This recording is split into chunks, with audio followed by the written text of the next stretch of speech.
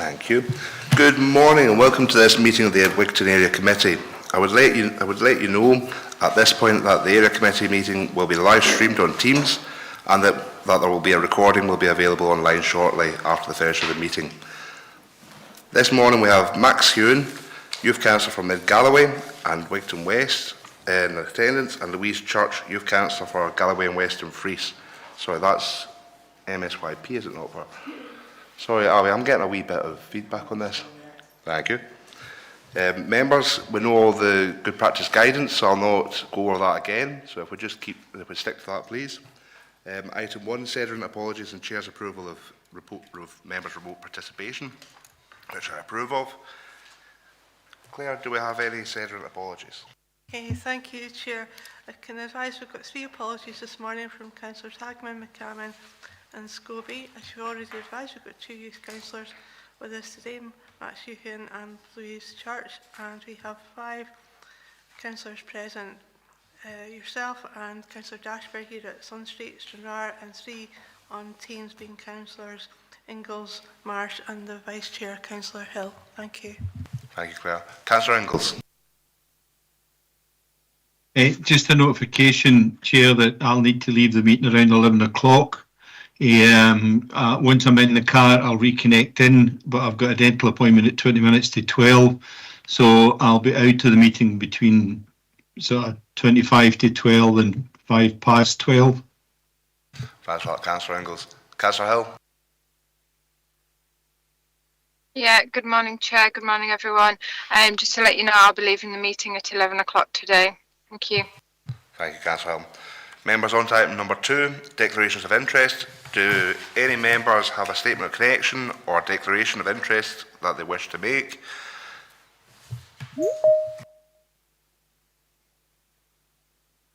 I'm seeing no hands up, so I'm assuming there's no declarations. I'm going to put someone else come join. So members, we're on to item 3. Scottish Fire and Rescue Services, Wigtownshire Area Performance Report, the 1st of April 2024 to the 1st of March 2025, report by the Head of Thriving Communities. The first report we are being asked to consider today is the Scottish Fire and Rescue Performance Report. There is a comprehensive information available for us to scrutinise, and as always, we commend the service that they do. Overall, it is a good news picture for our area, I think, and I was particularly struck by the trend patterns and a number of performance measures in Appendix 4. It is not always clear why these variations happen, but I note that the service does take time to analyse them and then make interventions to address them, as shown in the number and range of activities set out in the community and engagement section. Station Commander Derek Milligan is available to answer questions. I'll invite Derek and Tony Reid up to the podium, and we'll give them a wee second, and I'll open up to questions, or I'll open it up to Derek and Tony to give us some updates.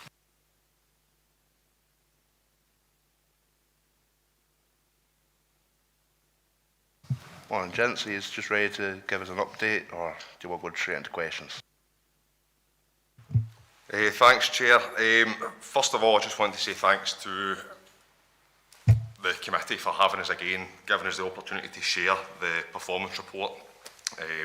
You will see that the report is of a different style from what has previously been submitted. This is a national template to standardise the reporting throughout Scotland. So I hope you like the new report style, and it's obviously been supported with Appendix C, which gives that wee bit more detail to what's actually been happening within Wigtownshire. I would welcome any feedback or comment on the report and the appendices from members, and as always, happy to take any questions, and I'll do my best to try and answer them. Thanks for that, Derek. I find the report quite good. I think it's well laid out, but Councillor Ingalls? Yeah, I would echo those sentiments. I think it's an excellent report, very informative, and it's really important that we get these reports, so I really appreciate the time involved for you guys to get them brought forward to us. I don't have anything to pick up in here. I think there was an item on, hang on a second, I should have kept it open, page 51 of the report, road safety interventions, 4 sessions. It's interesting the number of juveniles that are listed there, and the type of things that these guys are getting up to. Yeah, but other than that, I don't have any real comment on the report. As I say, I think it's an excellent report and really appreciate it. Thank you. Thanks for that, Councillor Inglis. Do I have any other comments or questions, members? I'm not seeing anything. Gentlemen, you've got off very, very lightly. I think that's probably a positive thing and shows the good work and the fact that we can't scrutinise you. There we go, gents. Thank you for joining us today. Thank you very much. What's that? And members, to move on to the recommendations. So let's see. We're not to bullet points. Right, okay, so members are asked to scrutinise the performance report for Wigtown from the Scottish Fire and Rescue Service for periods 1st of April 2024 to 31st of March 2025 as detailed in the appendices. Okay, that's, give me recommendations from here. Yeah. Are we happy, members, to approve recommendations or agree with the recommendations? Yeah. Happy to do that. Yeah, thanks for that, member.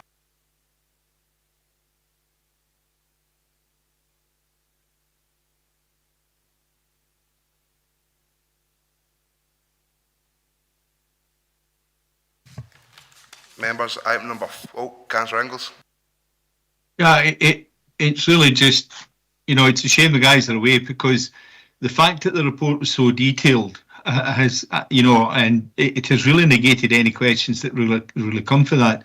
And there's a lot of positives in there, as you say. It's just a shame that the guys are gone now because, they've given up the time this morning to come along and sit for 30 seconds in the chairs, and there wasn't a great engagement between councillors and them.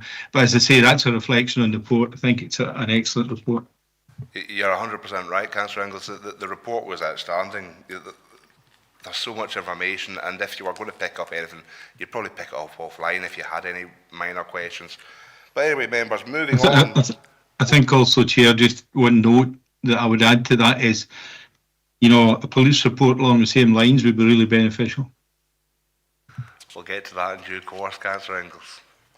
So, members, moving on to item number 4, Economy and Infrastructure Directorate, Area Performance Reporting, report by Executive Director, Economy and Infrastructure.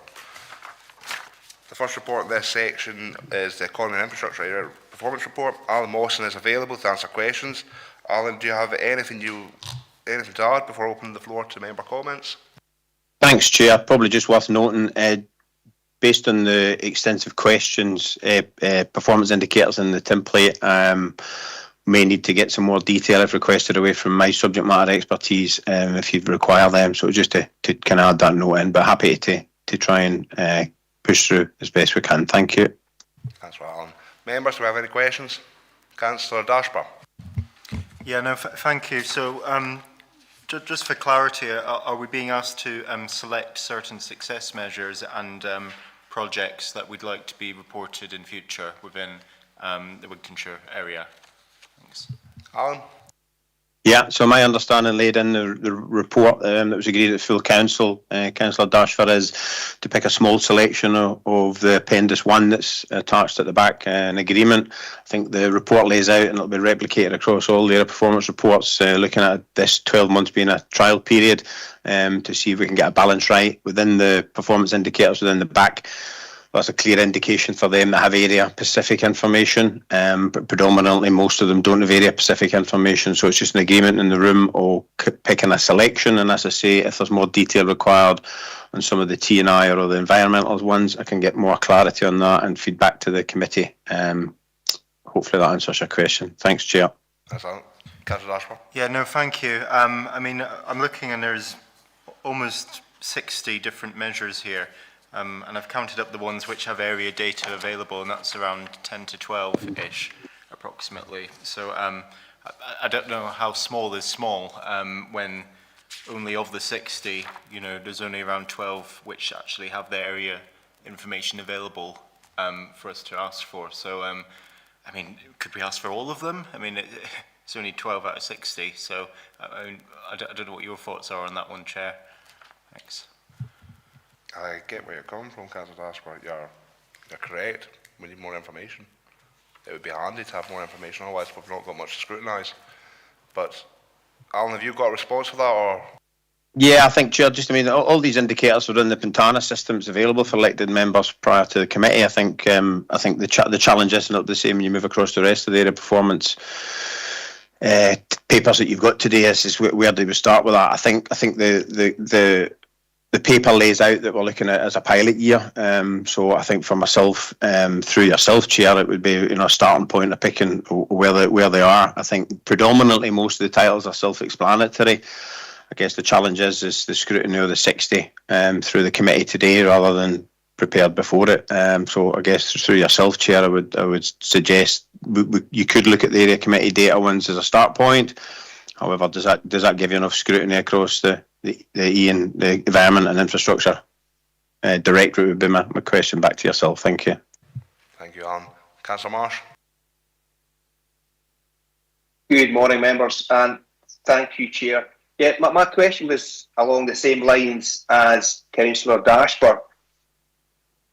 Are we correct in thinking that we can only see information on the categories highlighted as area data available? Is that correct? Or are we allowed to ask for information on any of the categories we see fit?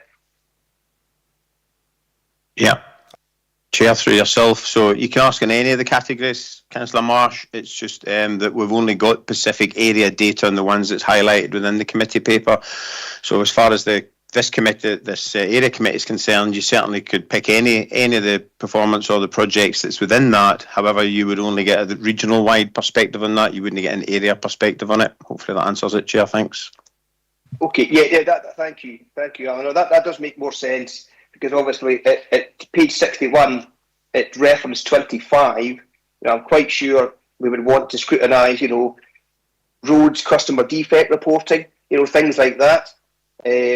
But as long as, it's not going to be a Wigtownshire specific report that we give back, but I'm quite sure that the regional report will have parts of it that relate to Wigtownshire.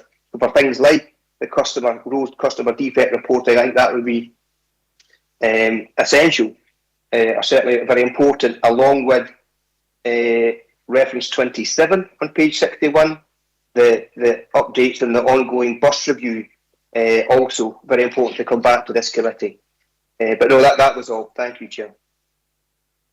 That's right, Councillor Marsh. Do we have any other members with questions? You've Councillor Max. Thank you.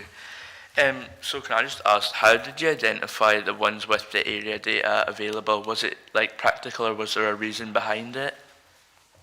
Alan? Yep, thanks for that. I think so. Basically, the systems that we've got in place provide that breakdown of data, whereas the other ones just collectively pick up across the region. So the systems that sit in the back office of that don't break them informations down. So it already sits in the corporate Pintana system as an area information, but the systems that don't collect that don't have the capacity to break it down, i.e. the roads one is an example that Councillor Marsh picks up. It doesn't break it down. However, the report will show you the region, and that specific area information is embedded within that. Thank you, Chair. That's right. So members, do we have any other questions or comments? Councillor Ashburn? I think maybe just as an initial decision, it might be easier if we do just go for the ones which have said area data is available, because at least we know that information is going to be at officers' fingertips for them to provide to us. And, some of them are interesting, percentage of all Dumfries and Gully Council play park equipment that is currently in working order. I'm aware that they've been surveying the condition of our equipment in play parks recently, and so I would be interested to see that, on the Wigtownshire level by play park within the area. What's the condition of the equipment in Stair Park play park, for example? So I would suggest that, but yeah, I'm keen to hear other members' thoughts. Thank you. That's right, Councillor Dashburn. Councillor Marsh? Thank you for letting me back in, Chair. Yeah, just on Councillor Dashburn's point there, as we go through this agenda today, and the other items that are asking us to choose which data we wish to scrutinise, some of the directorate choices, I think it could be item 6 for enabling customer services, doesn't actually have any, I don't think, area-specific items. So if we go with the premise that we only wish to take area-specific items in each directorate, we may find that we don't have much to scrutinise. So I think it will be more worthwhile to actually sit and pinpoint some of the particular items we would like to scrutinise, even though that it wouldn't be Wigtonshire specific. I think that may be more beneficial because, as I say, we may end up, I think it's the Enabling and Customer Services Directorate, we may not have anything to scrutinise at a Wigton Area Committee level. Thank you, Councillor Marsh. Alan, would you like to come back on that? Yeah, I think the paper lays out it's down to members' decision and what they'll be looking at for. I mean, I think the definition of picking a small selection is the key from me, Chair, on that. I think the challenge you'll have if you look it through the paper is there's probably no any balance of approach around about the area data. It's a challenging one, I think, till we get it off. But I think the premise behind it, around about it being a pilot and we're testing it, I think we can be there.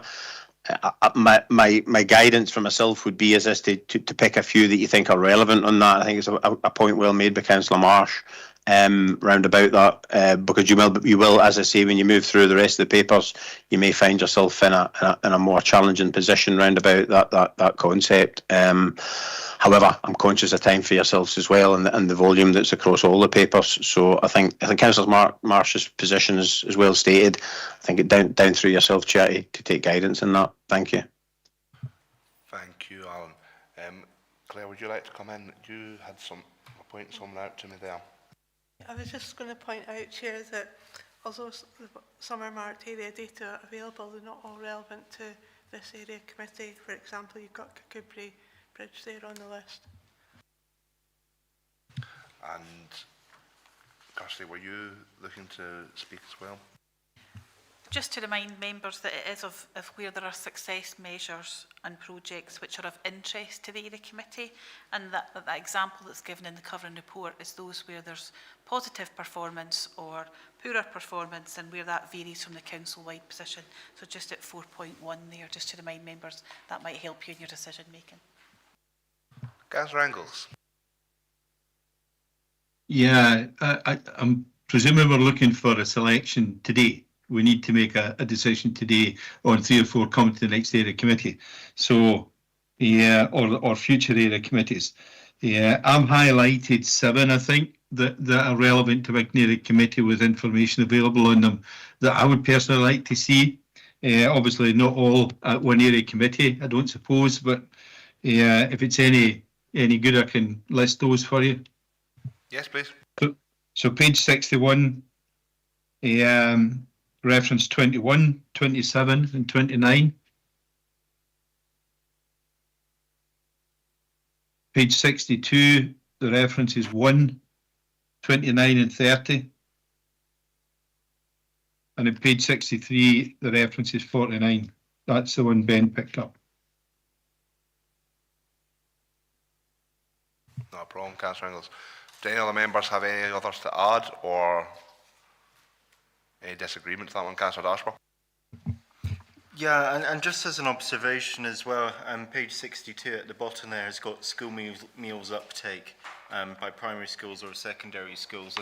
And, you know, I mean, I've seen this information collated to members in the Education Committee before, you know, a breakdown per school of uptakes and such, and how many are qualifying for free school meals, and etc. So, you know, that information is available to be communicated to members at an area or a ward level by school. So, yeah, I don't know, Alan, if you can maybe expand on maybe the officer resources in order to acquire that information, because, you know, it doesn't say that area data is available, but we have had that specific per school information communicated through other platforms previously. So I don't know if you can expand on that. Thanks. Alan?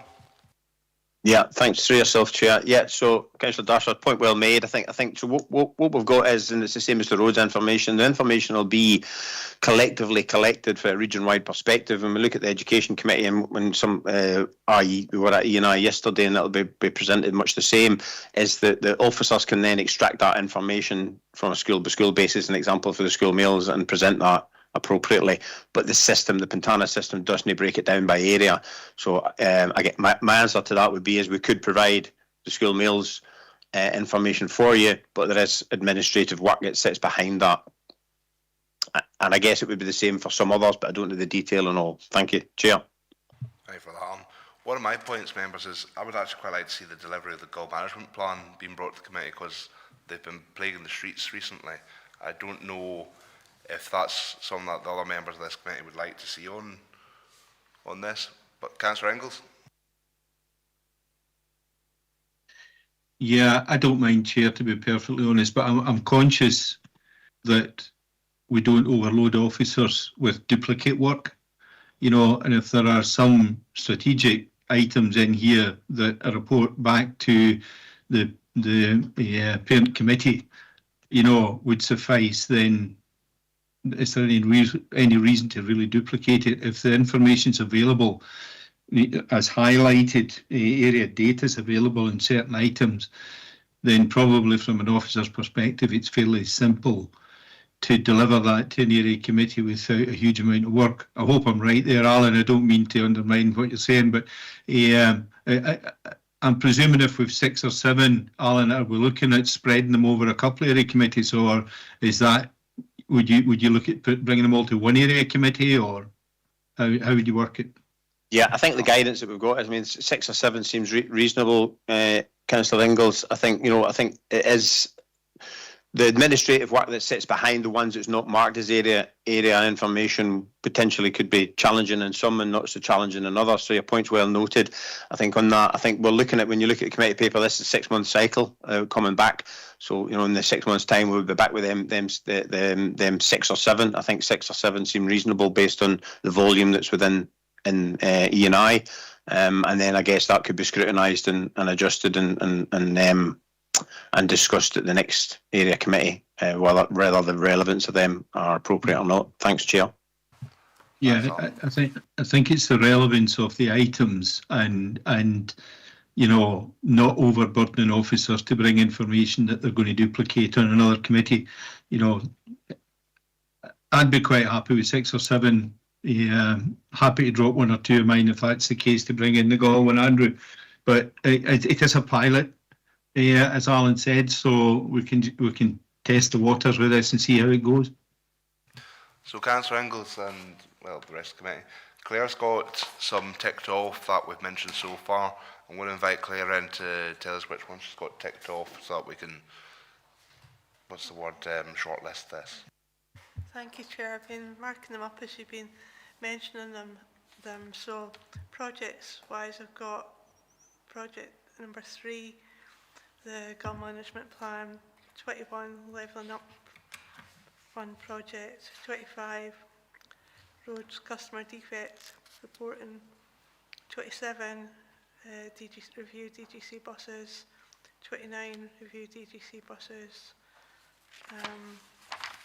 and then success measures, number 1, number 29, 30, 32, 33, and 49.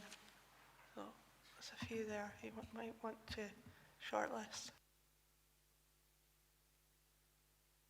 What do you think, Alan? Would you rather that was shortlisted down to 6? Chair, I think through yourself, the session would sit where we are. I think the challenging area for members will be that this is only the first area performance report you've got. So I think for guidance for officers moving forward, the consistency, what you think you're looking for a number, I think 6 seems reasonable. If the chair decides 8, I guess that seems acceptable. But take guidance for yourself in that, Chair. Thanks. We're sitting with 11, 12 there, Chris, I wasn't counting up. So we're sitting with that. Can we give you 6 priorities and then 6 secondaries to bring back at a later date? Chair, happy through the pilot to test that. If there's any challenge on that moving forward, run about the collection, I guess it's the definition of a few from 60, so that seems, I guess it seems reasonable. That's right. Councillor Ingles. Yeah, 27 and 29 are duplicated.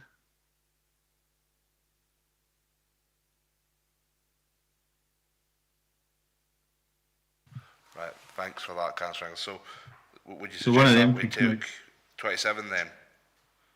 Yeah. No problem. Councillor Dashper, would you like to add in? You've been quite vocal. I think maybe, I don't know if Claire mentioned it or not, but 53 on page 63, customer satisfaction with respect to the condition of road surfaces. Obviously, the condition of the roads is a frequent complaint locally, so yeah, I don't know if that could be added as well, if there's capacity. Yeah, I think that's one that we would probably like to.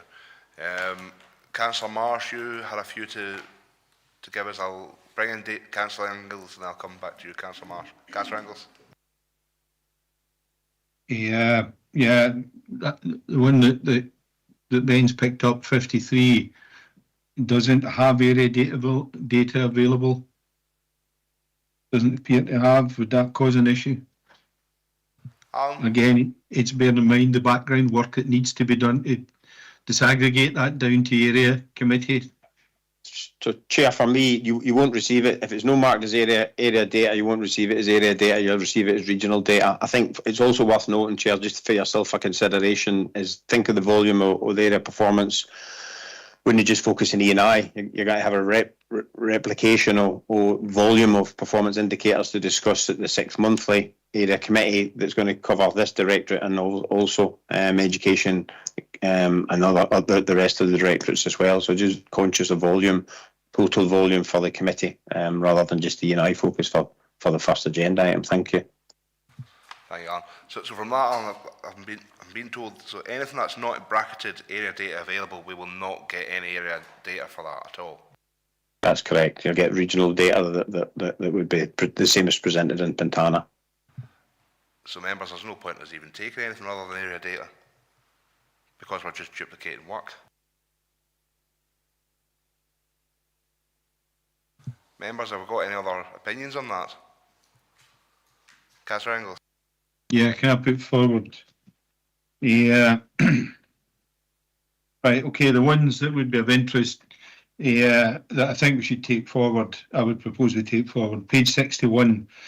21, I think we can discount because we get a ward level briefing on economy and infrastructure on these projects in the levelling up fund. So do we really need to look at that? So I would be looking at 27, 1 in page 22, in page 62, sorry, 29, 30 and 49 on page 63.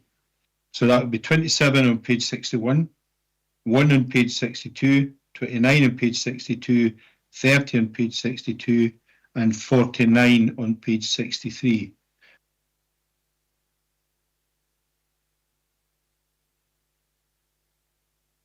There's one other, no, that's it, that's me. These are the ones that I think would be of relevance to us, and that's only 5, so if somebody wanted to add another one in. Councillor Ashburn.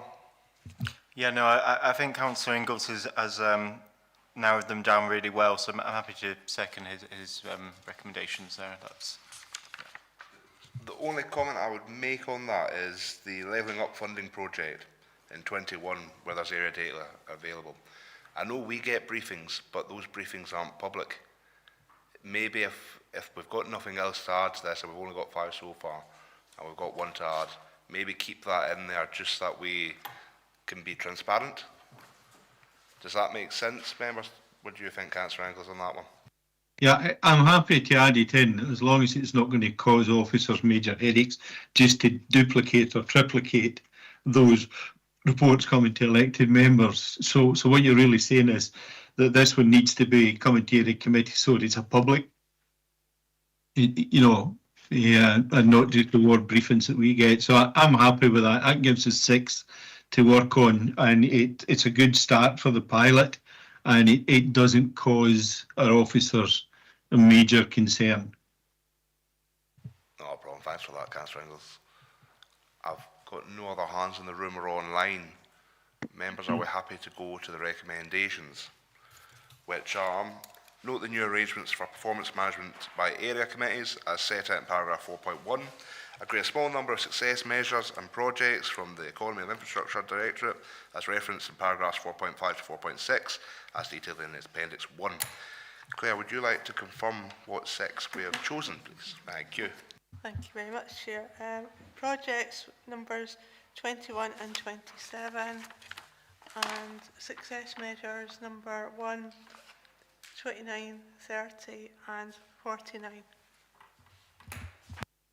Is that accurate, members? I'm getting nods in the room from Councillor Dashbaum and nothing online. Thanks for that, members. Thanks for that, Claire. On to point 3.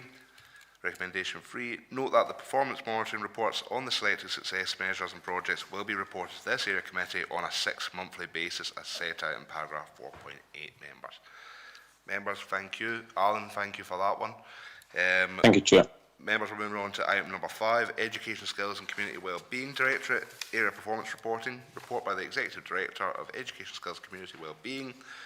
Our next report is the Education Skills and Community Wellbeing Directorate. We love repeating certain things, so we do when it comes to that. Directorate Performance Report. Harry Hay and Karen Bryden are available to answer questions. Does anyone have anything to add to this before I open the floor to the members? Harry, Karen?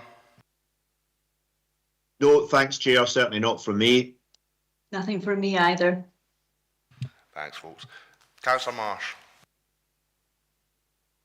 Thank you, Chair. Yeah, just a quick point on this one. Obviously, within this directorate, there are a number of areas or success measures that have area-based data available. I'd hope we're not going to be asked to minimise this to just 6 for this, because thinking back to previous performance reports for Education Directorate, the way things were set out, it was tabulised, so it was very easy and quick to see lots of information the way it was set down. For instance, at reference number 2 in page 69, the percent of pupils of 1, 4 and 7 achieving whatever level, that was easily seen within a little table on previous reports brought to this committee. Will it be the case that we'd still see this data like that, allowing us to have more than just, or limited to choosing 6 of these measures to be reported on today? Harry, Karen? Thanks, Chair. Yeah, I mean, I think clearly every service is different, and predominantly due to the nature of our directorate, some of the area information will certainly be easier to collate. But I would certainly suggest if members have got a particular interest on any of the detail that is highlighted as being area based, then we could certainly in the future integrate that and provide it in a way that would make it as easy as possible for members to follow. Members will no doubt be aware that this is the current framework, and indeed the information that's in front of you today has previously been agreed by the respective service committee. And I think, as has already been said, going round the area committees this month is really just to make sure that in the future the type of performance information and the focus of performance information that go to each area committee, albeit it's within the agreed framework, it enables them to drill into the things that gives them the most detail on their respective area. So where there is a detail that is area based, then yes, I think from our directorate's perspective, we'll be quite happy to provide that information and context at future meetings. Thanks, Chair. Thanks for that, Harry. But just before I bring in my next speaker, members, could I ask a quick favour? So I don't have the physical papers in front of me, so when you're referring to page numbers, I'm hunting on my pad for where we are. So if you could just say if it's a success measure or a project and give me the number, just so that I'm not hunting for a page number that I don't have, and then I'm scrabbling about. Thank you. Councillor Dashper. Yeah, no, thank you. This is an interesting one because there's a number of the success measures which are related to education and qualifications. Now, usually, to my knowledge, that's already communicated through education committee at an area level, and I'm sure we've definitely already had that information towards area committees itself about how our schools are doing previously. So I'm just wondering, you know, if we agree that here, are we going to get the information twice then? Or, thank you. Harry? Thanks, Chair.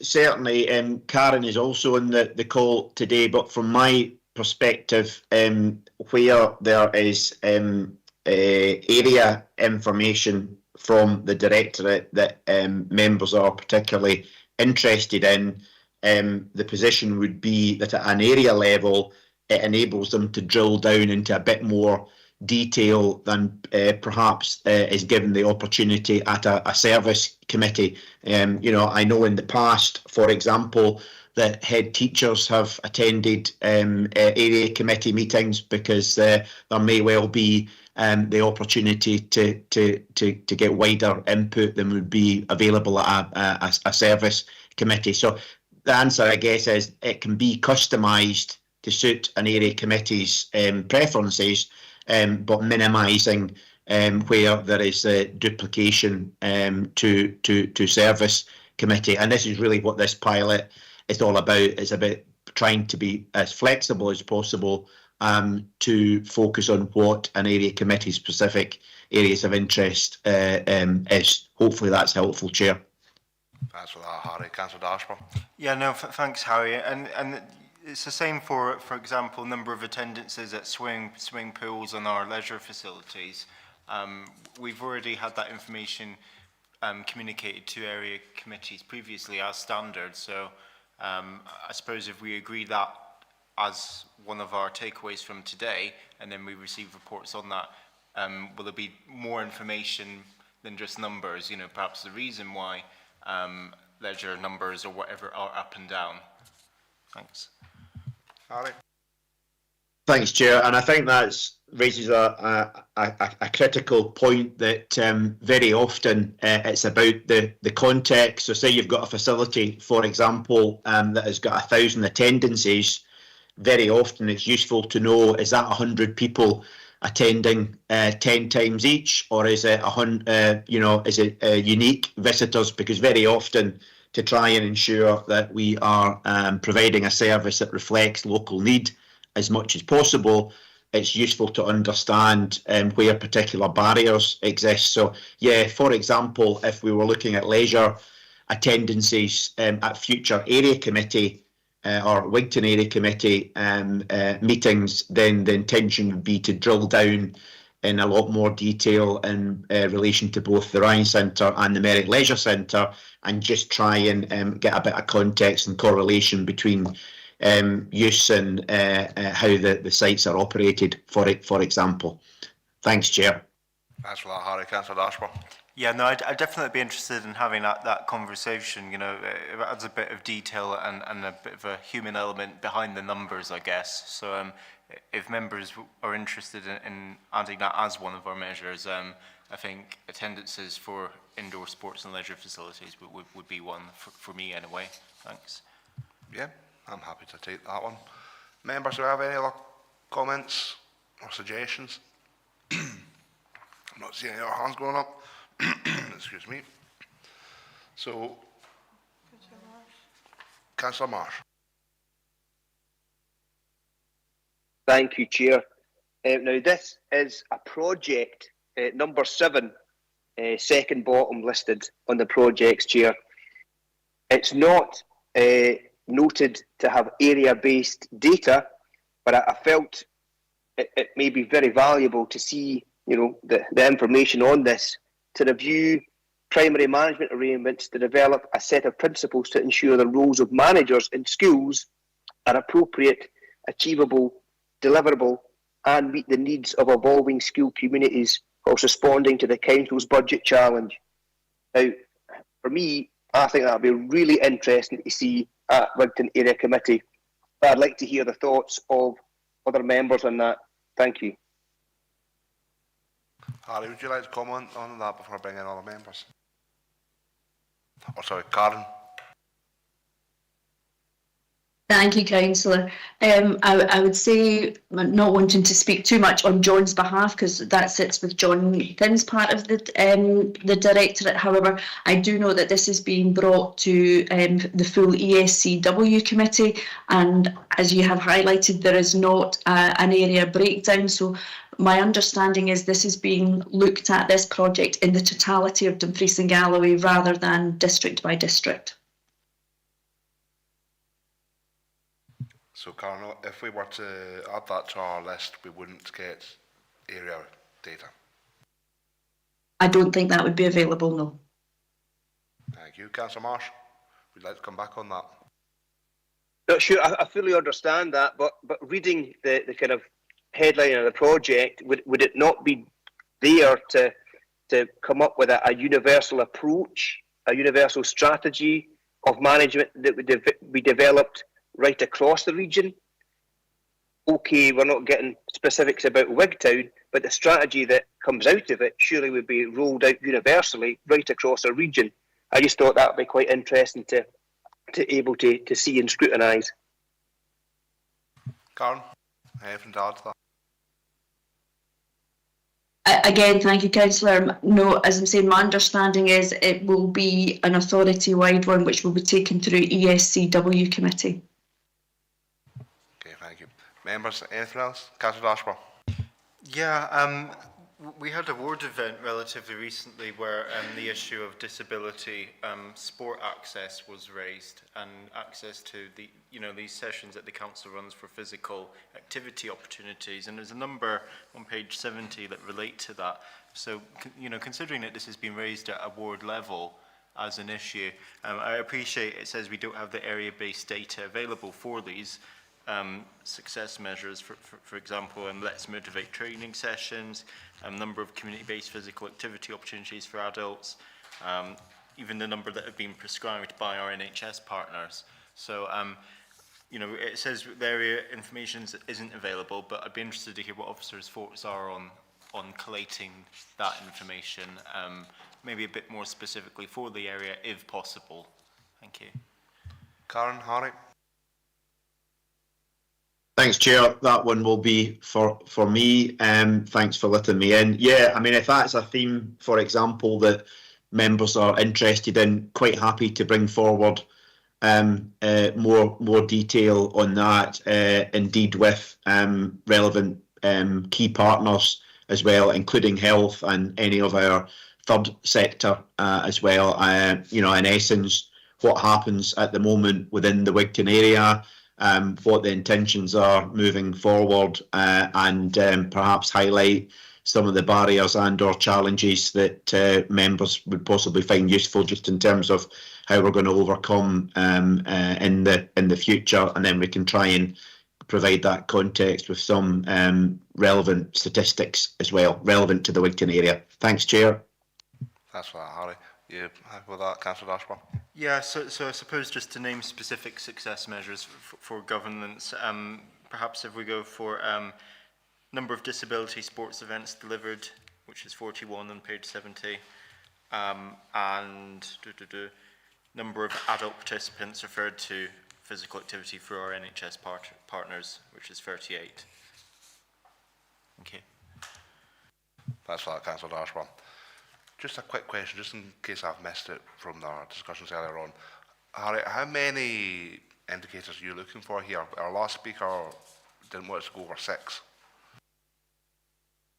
Thanks, Chair. I mean, I certainly wouldn't want to be too prescriptive to stifle members' interest. I think it's more about members' preferences in terms of what they feel they would have the capacity to look at an individual meeting. And I think these proposals very much reflect previous feedback that sometimes members felt there was so much information provided on that agenda that they didn't really have the time to scrutinise in the level of detail that they wanted. So possibly rather than the number, it would be more about, for me, certainly from our directorate, the kind of themes and areas of interest, and then we could try and build, based on the indicators that are there, a suite of context and information round about it to support members' scrutiny.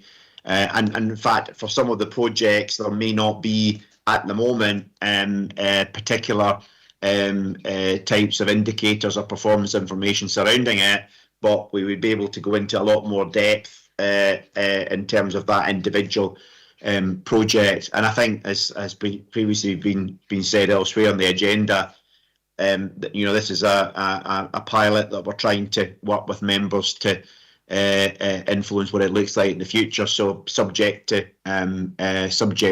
review again, I guess. Thanks, Chair. Thanks, Harry. Karen, have you come in? Are you looking to add to that? It was just to reinforce what Harry was saying there. It's, from our perspective, it's perhaps giving more detail on fewer performance indicators rather than just numbers per se for a whole load of indicators. It's more about the detail behind them. That's right, Karen. Councillor Ingalls. Yeah, thanks, Chair. I'm actually travelling at the minute, so I may have missed some of the debate on this, but it was really just a question of Harry, if I can. On these lists that we're looking through and selecting what we're looking for reports on, if there's an item in there that the area committee members feel it's really important that we get the report on it, can we request that and get that report, bearing in mind, obviously, that we don't want to be duplicating. Thank you, Councillor Ingalls. I'm going to not needed. Oh, sorry. But if there's something within the list, that we feel we really need to get some sort of report on from an area committee level, can we ask for that? I'm going to bring Kirsty Peden in first, and then I'll bring in Harry Hay.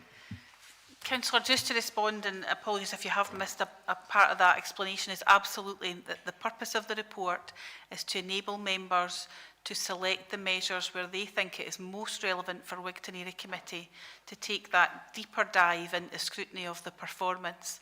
And, you know, I urge you just to consider which areas you would find that there is most impact, perhaps, in the Wigtown area, where there's a difference between perhaps the local context from other areas within the region, and to select absolutely on that basis. And that may be where there's local data available, and it may be where there's no local data available, but we will bring back, as Harry's mentioned and Karen's mentioned, that local context to allow you to take that scrutiny role. Thanks for that, Kirsty. Harry, would you like to come back in on David's point? Yeah, I think Kirsty's pretty much nailed it. My only addition would be, the simple answer is yes, absolutely. The only restriction, clearly, or consideration would be that it falls within the delegation of an area committee. But yeah, we will be very happy to bring forward a report on any subject matter that members felt were relevant to enable them to scrutinise performance. Thanks, Chair.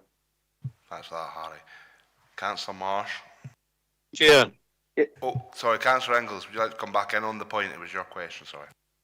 Yeah, Chair, I think the point here is we can get a report on something that's relevant to us as a Wigtown Area Committee, but as a Wigtown Area Committee, elected members need to be really strict on exactly what it is we're asking for reports on, and bear in mind that, you know, we don't want to be overloading officers to bring back reports that are duplicated or even triplicated. So I think that was the answer I needed to hear, that if there was something there that I wanted to delve into a wee bit more, then Harry says he can do that, and I'm quite happy with that. I think that's a positive move. Thank you. Good stuff. Thank you, Councillor Ingalls. Councillor Marsh. Thank you, Chair. No, I wasn't sure if I was going to withdraw there or not.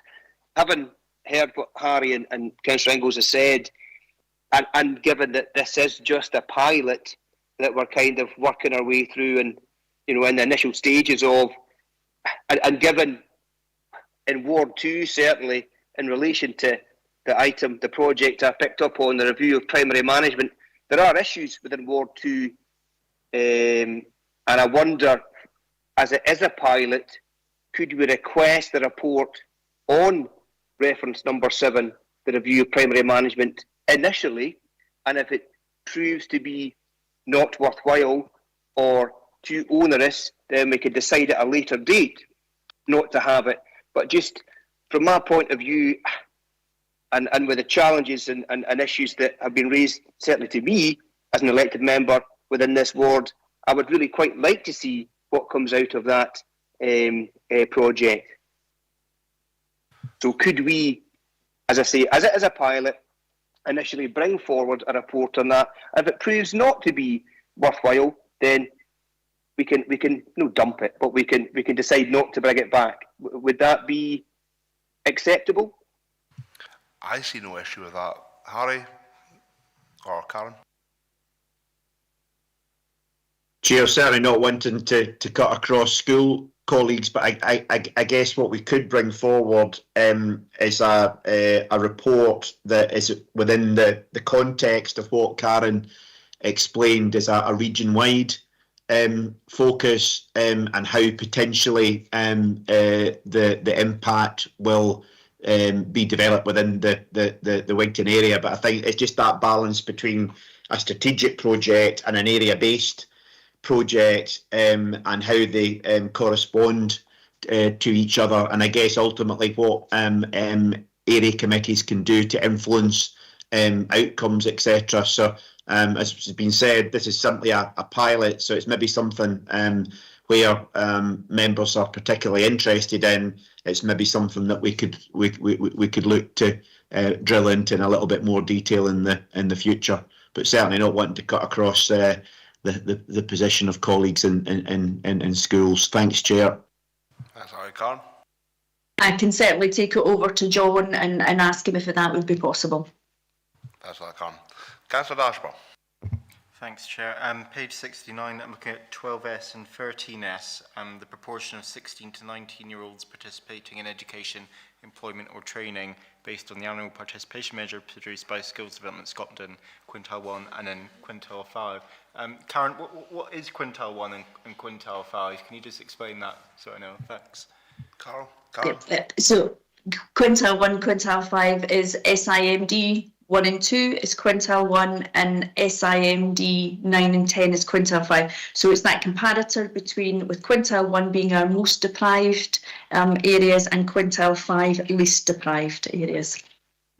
Yeah, no, that's really interesting. So I mean, as I'm reading that sounds similar, these measures sound similar to measuring pupils who are in positive destinations, in a sense. And it says that the area-based data is available, and you're telling us that it's linked to SIMD and poverty and such. So I think that would be a really, really useful one to actually have on an area level and reported to us. Because, you know, if we do need our kids to go to positive destinations when they leave school, and actually measuring that locally, I think would be really useful for members. Thanks. No, I'll keep that for another time. Claire, you've got a wee list here of things that we're thinking at the minute. Could you tell us what we've got so far? Okay, so far then, success measures 12S, 13S, number 38, 41, 45, and projects number 7. Members, are we happy with that, or would we like to add more? We've been given almost free rein by the officers here to choose more and create a theme if we would like to, and do a deep dive into a theme with the performance indicators. Are we, Councillor Dashbaugh, may want to go into a theme of how poverty, etc. Is there any more points here that are jumping out at you so we can create a theme perhaps on poverty and education and destinations? Harry, sorry, I'll bring you in, Harry, and I'll let Councillor Dashbaugh have a wee thought on that, just because I've put them on the spot there. I don't like putting folk on the spot, but... Thanks, Chair, and this is simply a suggestion, hopefully to support members' consideration. I'm conscious that at a previous area committee, one of the issues that was captured was in relation to antisocial behaviour. So we've already got that as an outstanding action to bring forward, but that would possibly be a good example of a theme that Wigtown Area Committee, I know, have previously indicated they're interested in. So that might be an opportunity to deliver a previous decision, but under the auspices of these new arrangements. Just a suggestion. It's that type of thing that I think that this new format would be able to support. Thanks, Chair. Thanks for that, Harry. Karen, have you got anything to add? And then I'm going to bring Ben in. Nothing at this point, unless you wanted to perhaps look at attainment in the senior phase before the young people moved on to those destinations. I'll bring it back to Councillor Dashboard. Yeah, so just on Harry's point, I did request at the last Wigtown Area Committee that the anti-social behaviour report is formally added to the forward plan, so that we know that that's definitely coming. I think that would be a good way of tying into the wider theme of poverty. On Karen's point, if we do want to add maybe 19S on page 70 at the top, which is literacy and numeracy at National 5 for school leavers, or if Karen has any other suggestions, maybe 18S as well for National 4, so we can track that. Thanks. I'm happy with that, Councillor Dashboard. Karen, are you happy to add that? You happy with that one? Not a problem. I've got Youth Councillor Max, and I always forget to how to pronounce your second name. Is it Hewan? Hukin. There we go. Max Hukin. Thank you. Yeah, just jumping on your antisocial point there, I think if the committee could consider that as one of the points we take forward, as it is obviously a rising issue within communities, and especially in my ward, Mid-Gallon, Wigtown West, and Ward 2 as well. So yeah, definitely, if that could be considered, please. That's that, Max. Anything to add to that one, Officer Scarn? No, not a problem. Councillor Ingalls. Yeah, I think that takes us to 7, if I've counted right, Chair. And I think that's a good starter for 10. But I'd also like to thank Harry and his team and for this item and the previous item, the way they've been brought forward and given us the opportunity or the options to select what we're looking to hear. I think it's an excellent way forward. Very positive step for Wigtown Area Committee. Thanks, Chair. Thank you for that, Councillor Ingalls. So, members, I'm going to go back to Claire and just ask for this list so that we've got that formalised. Okay, thank you, Chair. I've got success measures. I've got 12, 13, 18, 19, 38, 41, 45. Projects, number 7. And was there a particular measure that you were looking for the antisocial behaviour?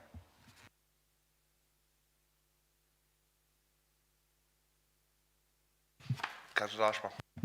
I think in terms of anti-social behaviour, we do have that dedicated report coming forward. I mean, that's sufficient with me in a way, but if it's okay with the rest of the committee, thanks. I think that's fine, Councillor Dashboard. I think that's fine, Claire. Would you like to add anything to that, Harry or Karen? Like, isn't that you want to merge into themes or anything there, or pull in no, social behaviour? Certainly from an antisocial behaviour perspective, I think it would be useful to involve other partners as much as possible. Clearly, for example, we work very closely with Police Scotland.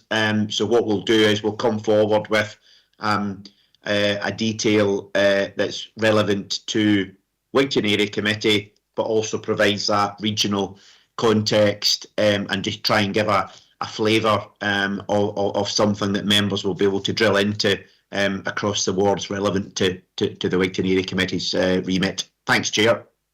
Thanks for that, Harry. Thanks for that. So, members, moving on to recommendations, if we have nothing to add.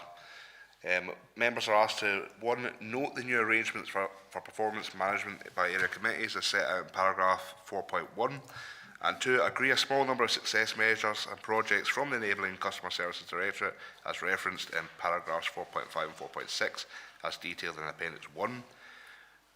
Claire, I'm not going to ask you to repeat them again. I'll save you, but I'm sure that members have all got a note of that in our minds.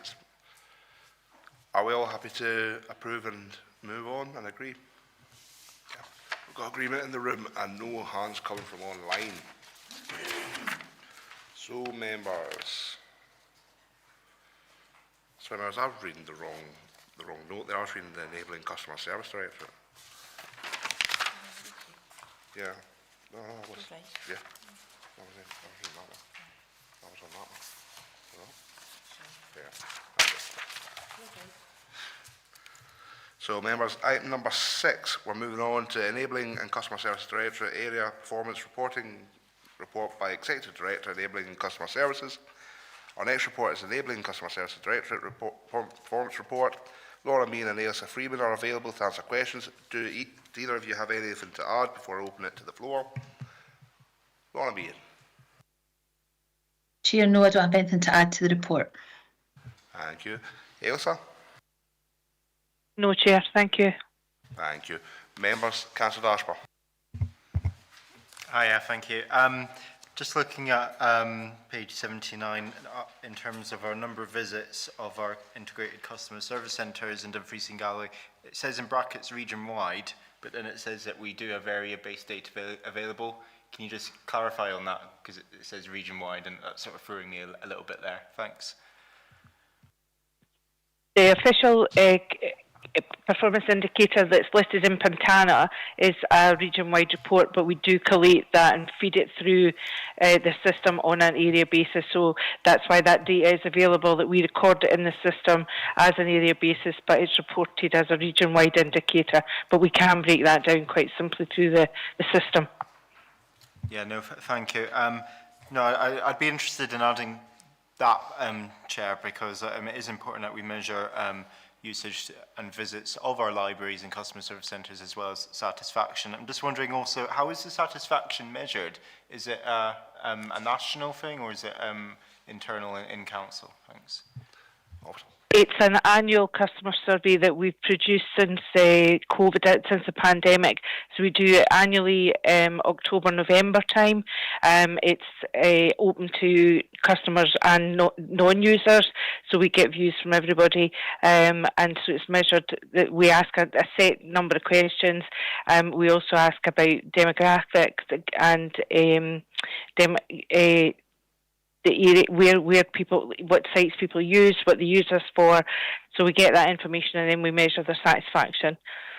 So it's an annual beat. That one is an annual indicator. That's great, thank you. Yeah, no, for you, Chair, I'd be interested in adding both of those as measures to track. Thanks. Thanks for that, Councillor Ashburn. Any other members got any more questions or any more comments to make on this one?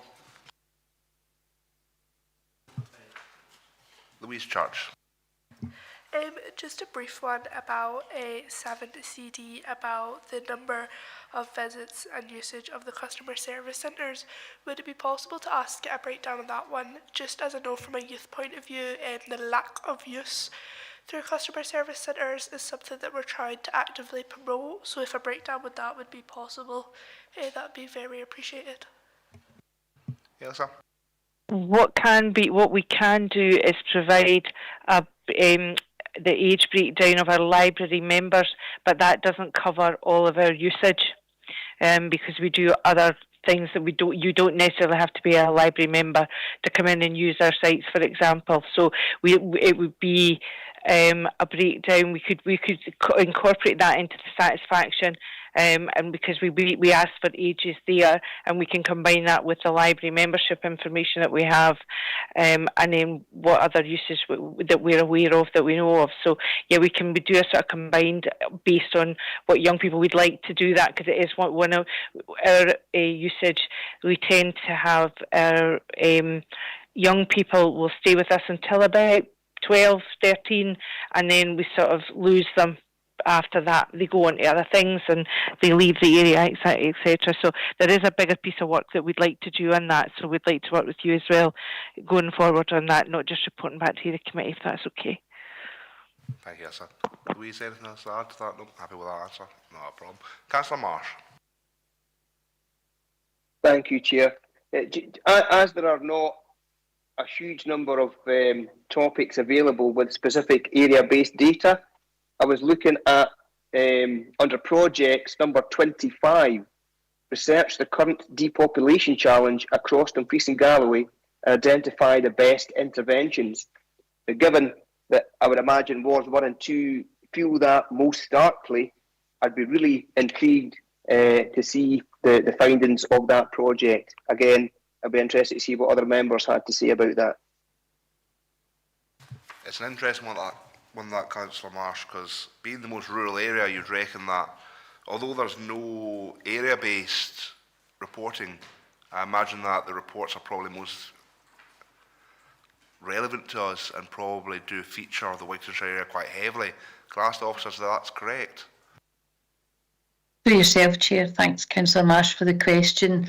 The work is region-wide around depopulation, and this work is being led through Scottish Government funded research, looking at areas around housing, attracting people to come and live in the area, as well as some of the challenges around housing. So I do think that lends itself to us bringing the broad findings from that work, but also looking at some of the specific data that's been collected around the Wigtown area as well, to the extent that can be extracted. So you're correct, Chair, that there is quite a focus on the Wigtownshire area and the Galloway area more generally around that, particularly into stewardship as well. So there is information there. The reporting on that is progressing at the moment. We anticipate that being available, so we will be able to bring that back to the committee as part of that 6-monthly kind of focus and the results of that work. So happy to do that. I think we're quite interested in that information. I'm getting a nod from Councillor Ashburn in the room. I think that might be very worthwhile us looking at as an area committee. Any other suggestions, members? Councillor Dashburn. Yeah, page 82, 32.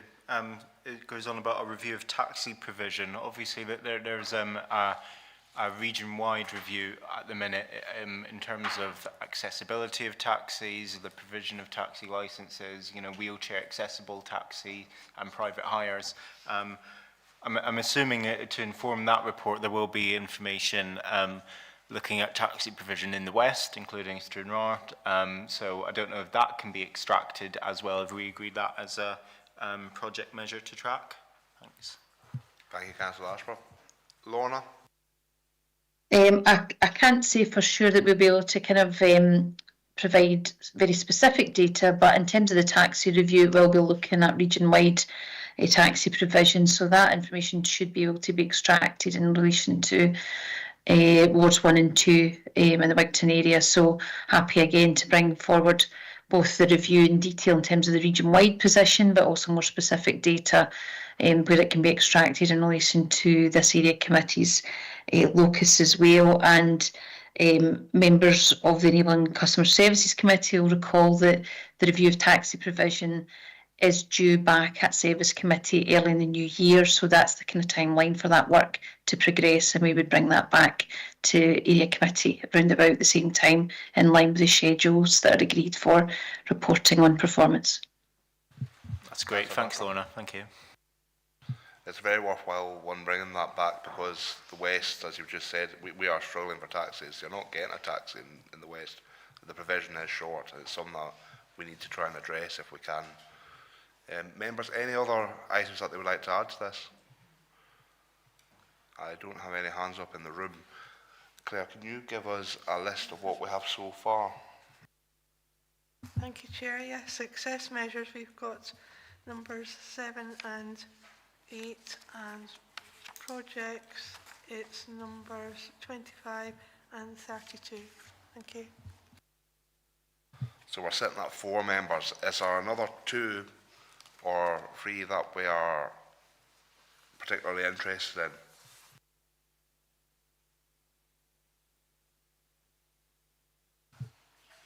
I'm not getting any hands up in the room. We'll leave it at 4 for the moment, and if any other members wish to add, if we can do that by email in the coming few days, by the end of the week. Is that appropriate, Claire? Well, we're making an agreement here for you asked to agree a small number of measures and projects and through committee decision. It may be when things come back in 6 months' time, see how things are going. Right, members, so we'll move to the recommendations if we've got no more contributions to be made. Note the new arrangements for performance management by the area committees as set out in paragraph 4.1. To agree on a small number of success measures and projects from the Enabling Customer Services Directorate as referenced in paragraphs 4.5 to 4.6. Claire, I'll get you to just read that out quickly just before we do go to finish the recommendations of what we've agreed today, the 4 that we've got. Okay, thank you. Success measures numbers 7 and 8 and projects numbers 25 and 32. Thank you. Thanks for that, Claire. Are we in agreement with that, members? Yeah. Thank you, Elsa. Thank you, Lorna.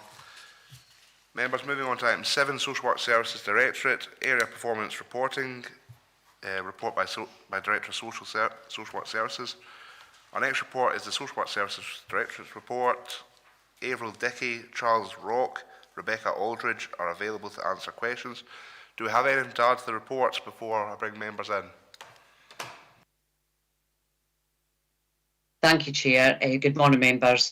If I can just mention for our social work success measures and projects, we don't currently report them at an area level, so that's why there's no mention of region or area within the appendix. The success measures, they're mainly reported at national level for the whole region, but we do have management information systems in place to identify specific area levels within justice and homeless, and I can go over those with you this morning if members choose these today. The area-based data is not available for our projects. These are mainly service-wide plans and goals on a service-wide basis. We will be reporting to Social Work Committee, we do on an annual basis, the next one's due in December, on our progress delivering on our corporate parent plan, where the majority of our children and family projects are included in that reporting. For those you select today, I can follow these up to ensure that we can extract the data at that area level or details on the specific projects related to this area committee, and more importantly, present to you what is the information, the data telling us. Thank you. Thanks for that, Avril. Members, any questions? Councillor Ashburn. Yeah, no, thanks for that. I suppose number of homeless presentations is one which sort of sticks out because that's obviously quite an emotive one.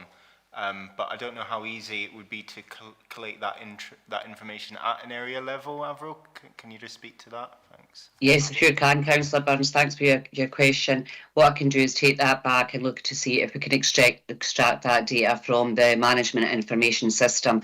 So although we report nationally on the majority, our reference, if I can just go through them just briefly for your information, reference 1 to 5 in relation to justice service, although we report on those nationally, we do hold that information on our local management information system, so I can follow that up with the professional leads to ensure we can get that area based, and again with the homeless, the reference number 8 to 14, we hold that on the management information system, so I'm sure that we can extract that and present that to yourselves.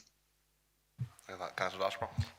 Yeah, thank you. So for you, Chair, I would recommend that we add the justice team in terms of, for instance, like the unpaid work team at a local level, as well as the homeless presentations one.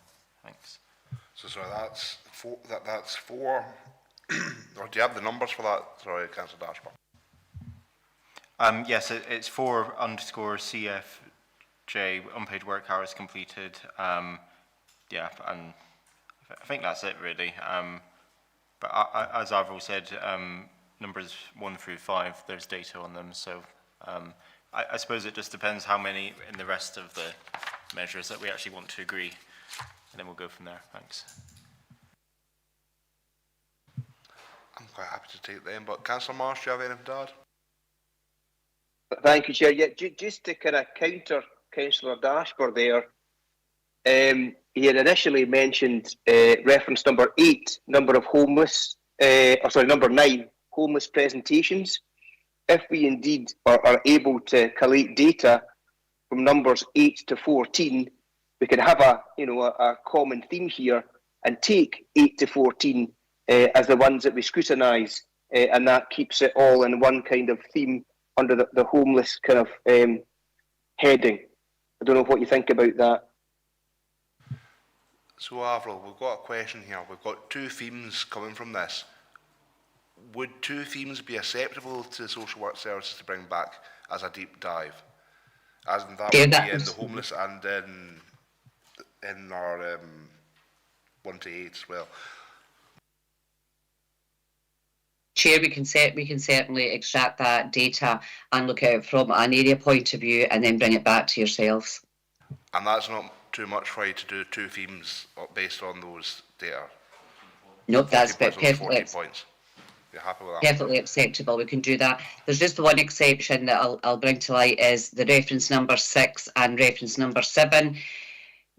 Normally we tend to find those numbers would be too small to report at an area level.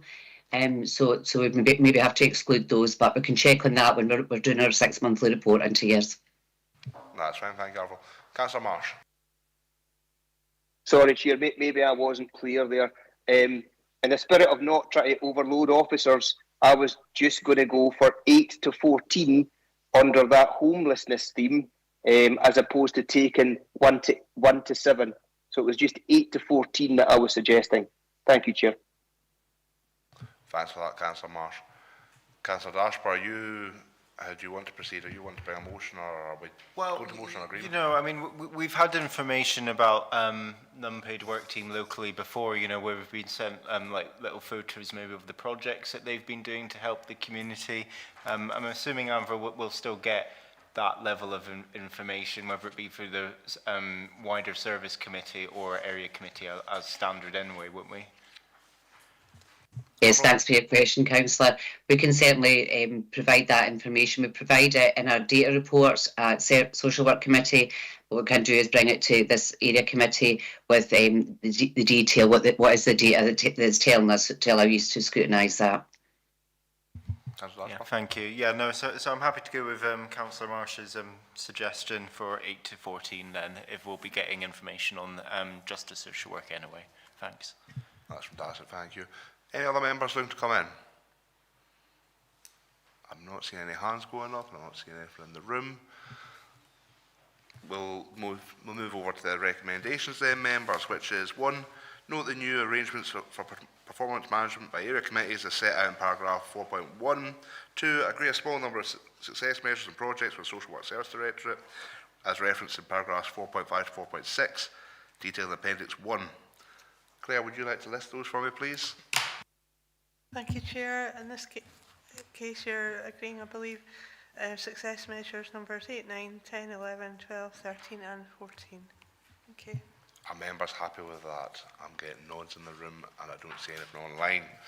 And 3, note that performance monitoring reports on the selected success and measures and projects will be reported to this area committee on a 6-monthly basis as set out in 4.8. Members are happy with these recommendations. I've seen nods and nothing online. Thank you, Avril, for coming and dealing with us for a day. Thank you. Okay, thank you, Chair. Thank you. Cheers, that. So, members, on to report 8, or item number 8, Stranraer Conservation Area Regeneration Scheme, final report. Report approved by interim head of the Economy and Environment. Let me just find my next page.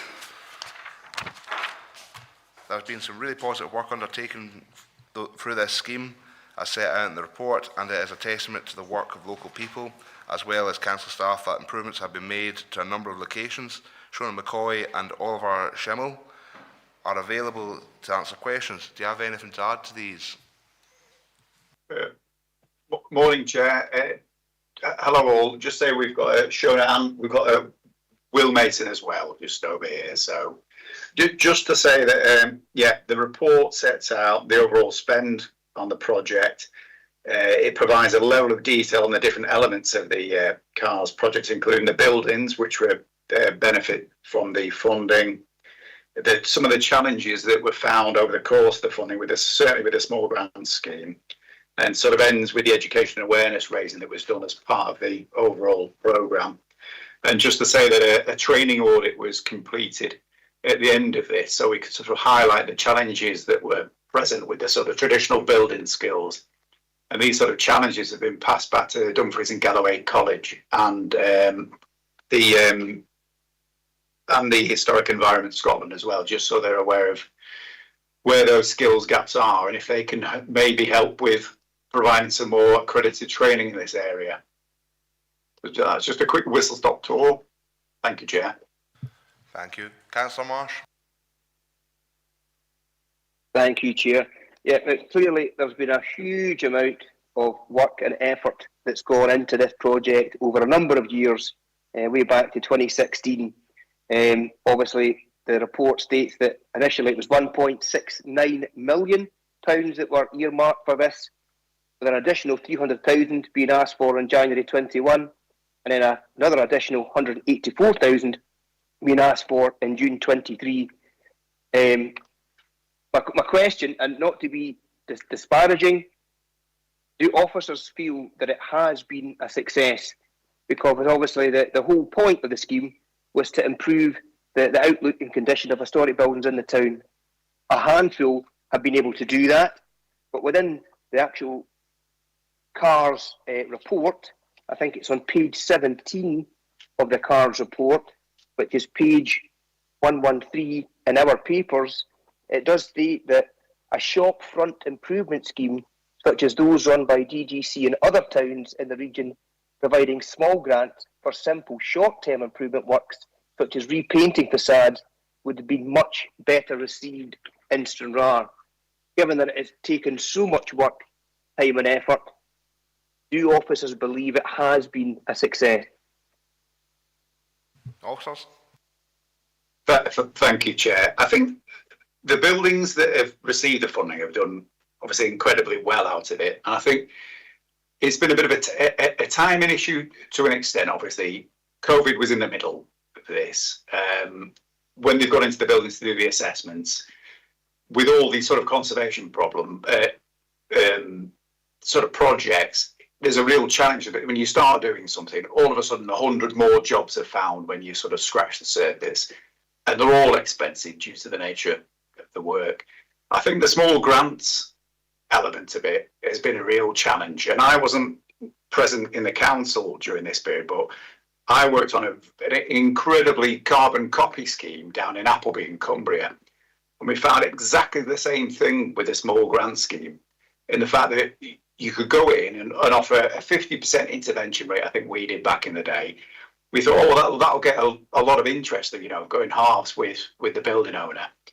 And you quickly find out that due to the quality standards that the likes of Historic Environment Scotland want from the piece of work done, that the costs are they're phenomenal because of the skill required and the materials required. So you find that those recipients can't afford that 50% intervention. So obviously, in a very similar way to how this scheme developed, and it went to a 90% intervention rate, you find that people still can't afford to do it. So maybe, I know it's a strange conclusion that maybe a more simple shopfront improvement scheme would have been useful, and it might have been, but that would have been funded by Historic Environment Scotland, because that's not within their purview to fund that type of work. They're more high quality traditional building skills and conservation work. So that funding wouldn't have been available to do that, unfortunately. So it's a mixed bag, really, but obviously there's a lot of hard work got into this. Some good outcomes.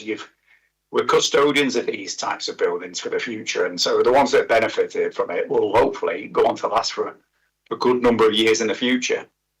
Sorry, that's a long-winded way of saying, yeah, I think it's a good idea, but there were certainly challenges. Thanks. Thank you, Chair. Councillor Marsh, would you like to come back on that? No, I've no doubt a huge amount of time and effort has gone in, and a considerable amount of money invested as well. So it has improved at time, without doubt, it has improved. Just my last thought would be that, particularly with the Arches, as a boy, I used to go to Arches for lunch with my mother on a weekend. It would be wonderful to see the shop, the building actually being used now that the time, effort and money has been spent on it. So if that comes to fruition, then absolutely, that's another tick tick in the box and a success for the project. Thank you. Thanks for that, Councillor Marsh. Councillor Dashburn. Yeah, just on Councillor Marsh's point about the arches, Chair, you wouldn't be surprised I'm going to ask about that again, as I did at the last report on this one. It's page 19 in the thing, or page 115. It says, indications have been provided that the work will bring the formerly vacant area of the ground floor back into use. I think the perception of the public is that if a building gets done up, it should be used. And we're some time now since these good works were done. It's made a big difference. But as Councillor Marsh has said, the building still does not appear to be used at all. So can I ask what those indications are, and if officers have any knowledge of when we can expect it to be in use? Thanks. You're going on a theme that I was planning on going on, Councillor Dashburn, and it's a very important theme. Officers. Thanks, Chair, and thanks, Councillor Dashburn. If I bring in Shona for this one, please. Yeah, thanks for your question, Councillor Dasper. Yeah, we are in constant dialogue with the property owner of the arches, and they're indicating to us that they are actively speaking to contractors to refurbish the building, and they want to bring it into use themselves because they are aware that they're paying rates and rents for a building that's not providing any economic return for themselves. So say that dialogue is ongoing with the property owner at the moment, and hopefully we will have an end use for that building. Okay, thank you. Thanks. Thank you, members. Any other members want to come in before I go on a tirade? So, members, I've been quite critical and perhaps to a degree negative about this scheme for many years. I don't think conservation areas in towns like Stranraer, where there's not much money about, are appropriate. I think they actually are difficulty. And I think your almost 0% uptake of small building grants, even when we put them to 90%, just shows that it wasn't a fit-for-purpose scheme. And I'm not blaming the officers for that, because it's not your purview, and that's not a reflection on your work. You've tried that, but I think it shows that we're in a state of crisis in Stranraer where conservation area status doesn't do us any favours. To a degree, it actually makes it more difficult. It makes maintaining properties in the area more expensive when there's not enough revenue to actually fund that. It keeps single glazed sash and case windows, which makes our town centre properties cold, damp, mouldy. They're not the greatest to live in if you're on a low income and can't afford the heating bills. We generally find that low income people do live in the town centre and in these flats. So this is on the conservation area designation. We're doing them a disservice with that, and I think that we need to move on from that. I think what we've seen here is we've had a couple of landlords or a couple of property owners who have benefited greatly from getting their building done up, and it's not helped the town. It's not really helped the town, other than we've made a couple of buildings look good, but they're not getting used. Dixon Main's not getting used anymore. The Arches is sitting empty. And with the public investment in that, I think the public are outcrying for, well, what he's going to do about it, council. He's given them the money. I know it's not our money, it's Environment Scotland.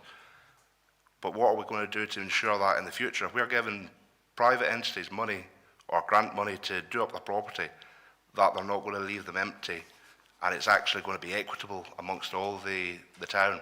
Because I know a lot of businesses, I'm in business myself, but I know a lot of businesses, a lot of property owners in the town that tried to access grant money, but they couldn't get it because as it's been mentioned before, the stakes were too high for them. The money was too high, the cost to do these works were too high, the limitations were too high.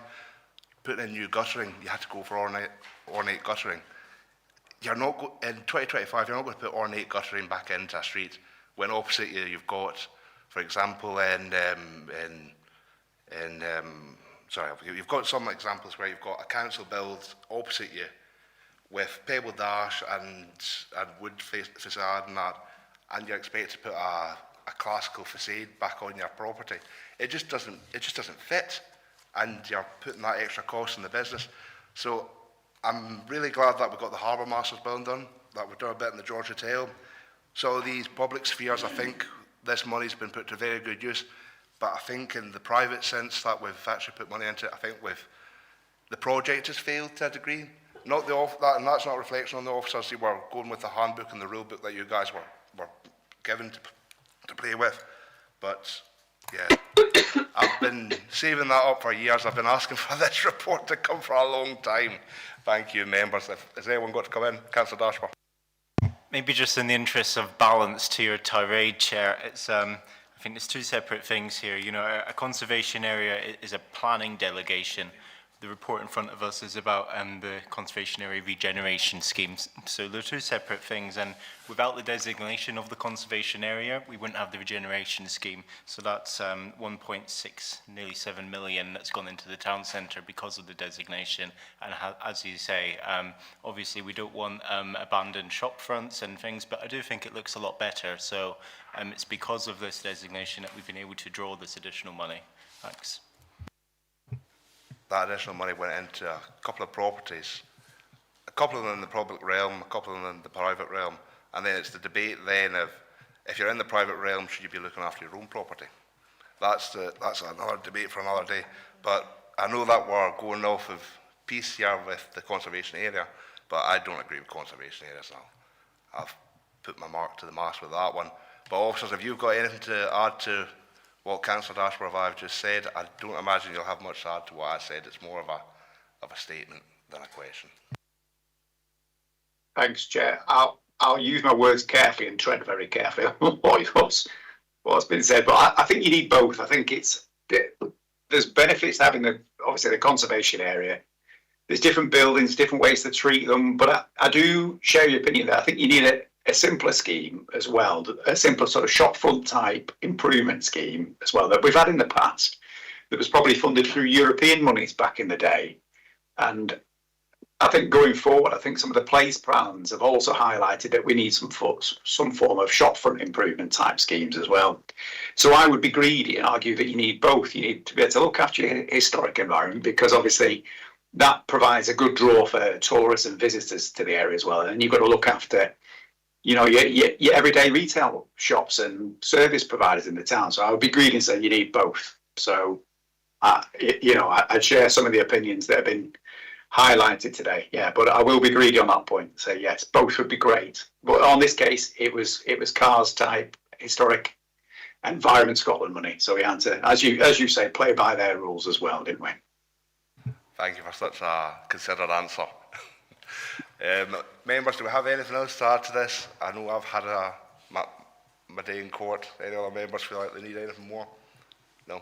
Thank you, members. Thank you, officers. I'll move to the recommendations. Members are asked to note the outputs of the Stranraer Conservation Area Regeneration Scheme as set out in Stranraer's CARS final report included as appendix. Are members happy to note the recommendation? I'm happy to note. And Councillor Dashworth is happy to note. Thank you, members. A thumbs up from Richard Marsh. Thank you, members. Thank you, officers. Thank you very much, Chair. Thank you. Members, on to item number 9. Oh, was it just 3? On to item number 9, delivery of the Regional Parking Strategy, Delivery Plan Wigtown, report by Interim Assistant Director, Transport and Infrastructure. Our next report, that this is a complex and long-running issue, and we very much welcome the opportunity to discuss this today. Ailsa Hammond and James Rhodes from Sistra, am I right in saying Sistra? Yes. Oh. Right, not a problem. Are available to answer questions. Does anyone have do you have anything to add, James or Ailsa, before we go on to questions? No? Nothing from my side, thank you. Thank you, James. Thank you, Ailsa. Members, do you have any questions?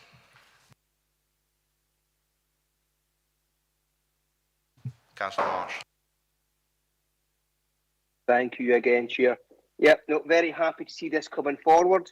My question really is, when can we see, I'll use a Councillor Scobie term, boots on the ground and wardens out working? At page 121 of the report, at 4.9, it states that within that paragraph, this is step 5 of a 10-step process. Obviously, Parliament, Transport Scotland, have come back on the 2nd of July with further information. When, or do we know when we can expect to see boots on the ground and wardens actually working? Ailsa. Hi. The application that has gone into Transport Scotland is, as you said, at stage 5 at the moment. We are waiting on further information from Transport Scotland coming back to us regarding when it will actually be put through due to the election and the summer recess. So they're thinking that it might add a bit of time on to that. We are possibly looking at the possibility of maybe having a couple of people on the ground before then, which at that time can actually enforce the Transport Scotland 2019 Act for the pavement parking. But as yet, we're still waiting for Transport Scotland getting back to us with probably more accurate dates. Councillor Marsh. No, Grant, thank you, Chair. Yep, and is there anything holding us back as a council that it states in the Fister report about the easy wins, you know, with the updating the signage, updating the lining? Is there anything stopping us as a council making sure that is in place now, well before we see the system in operation? Yes, sir. Yeah, presently we're reviewing the TROs so that we know that when we do have people on the ground, it will be enforceable. As part of that process, we will be reviewing the signage to check that it actually is enforceable and relevant to the TROs, that it's all going to be enforceable at that time. So that's a process we're going through at the moment, checking those, reviewing those. Started with Dumfries, and at the moment we're working through Stranraer as well, just reviewing what's there. It's some pretty important work, so it is, Ailsa. I'm glad that it's getting done. Councillor Ashburn. Yeah, thanks, Chair. As a councillor, one of the most common locations that's flagged up to me in a way is outside Tesco on Charlotte Street, where cars routinely block up the taxi bay area by parking there. Will any of the decisions within this report help that matter in order to enforce that as a waiting / taxi bay and not a place for cars to just park? Thanks. Yeah. Yes, sir. Yeah, Mike. Thank you. That's one of the things we're actually looking at, just to check. There's some areas that obviously have been the same for quite a while now, so there's some areas that possibly need reviewed that may have to change with the times to fit in better with traffic nowadays. Councillor Dashbury, would you like to come back on that? No, not a problem. Members, do we have any other questions? I have no other questions for you, Ailsa or James. I think we're getting off lightly. Right, members, so we'll move to the recommendations. Members are asked to, 1, note and invite the participation at the recent Regional Parking Strategy Delivery Plans Area Committee Members Workshop, Parking Wigtown, paragraphs 4.4 to 4.6.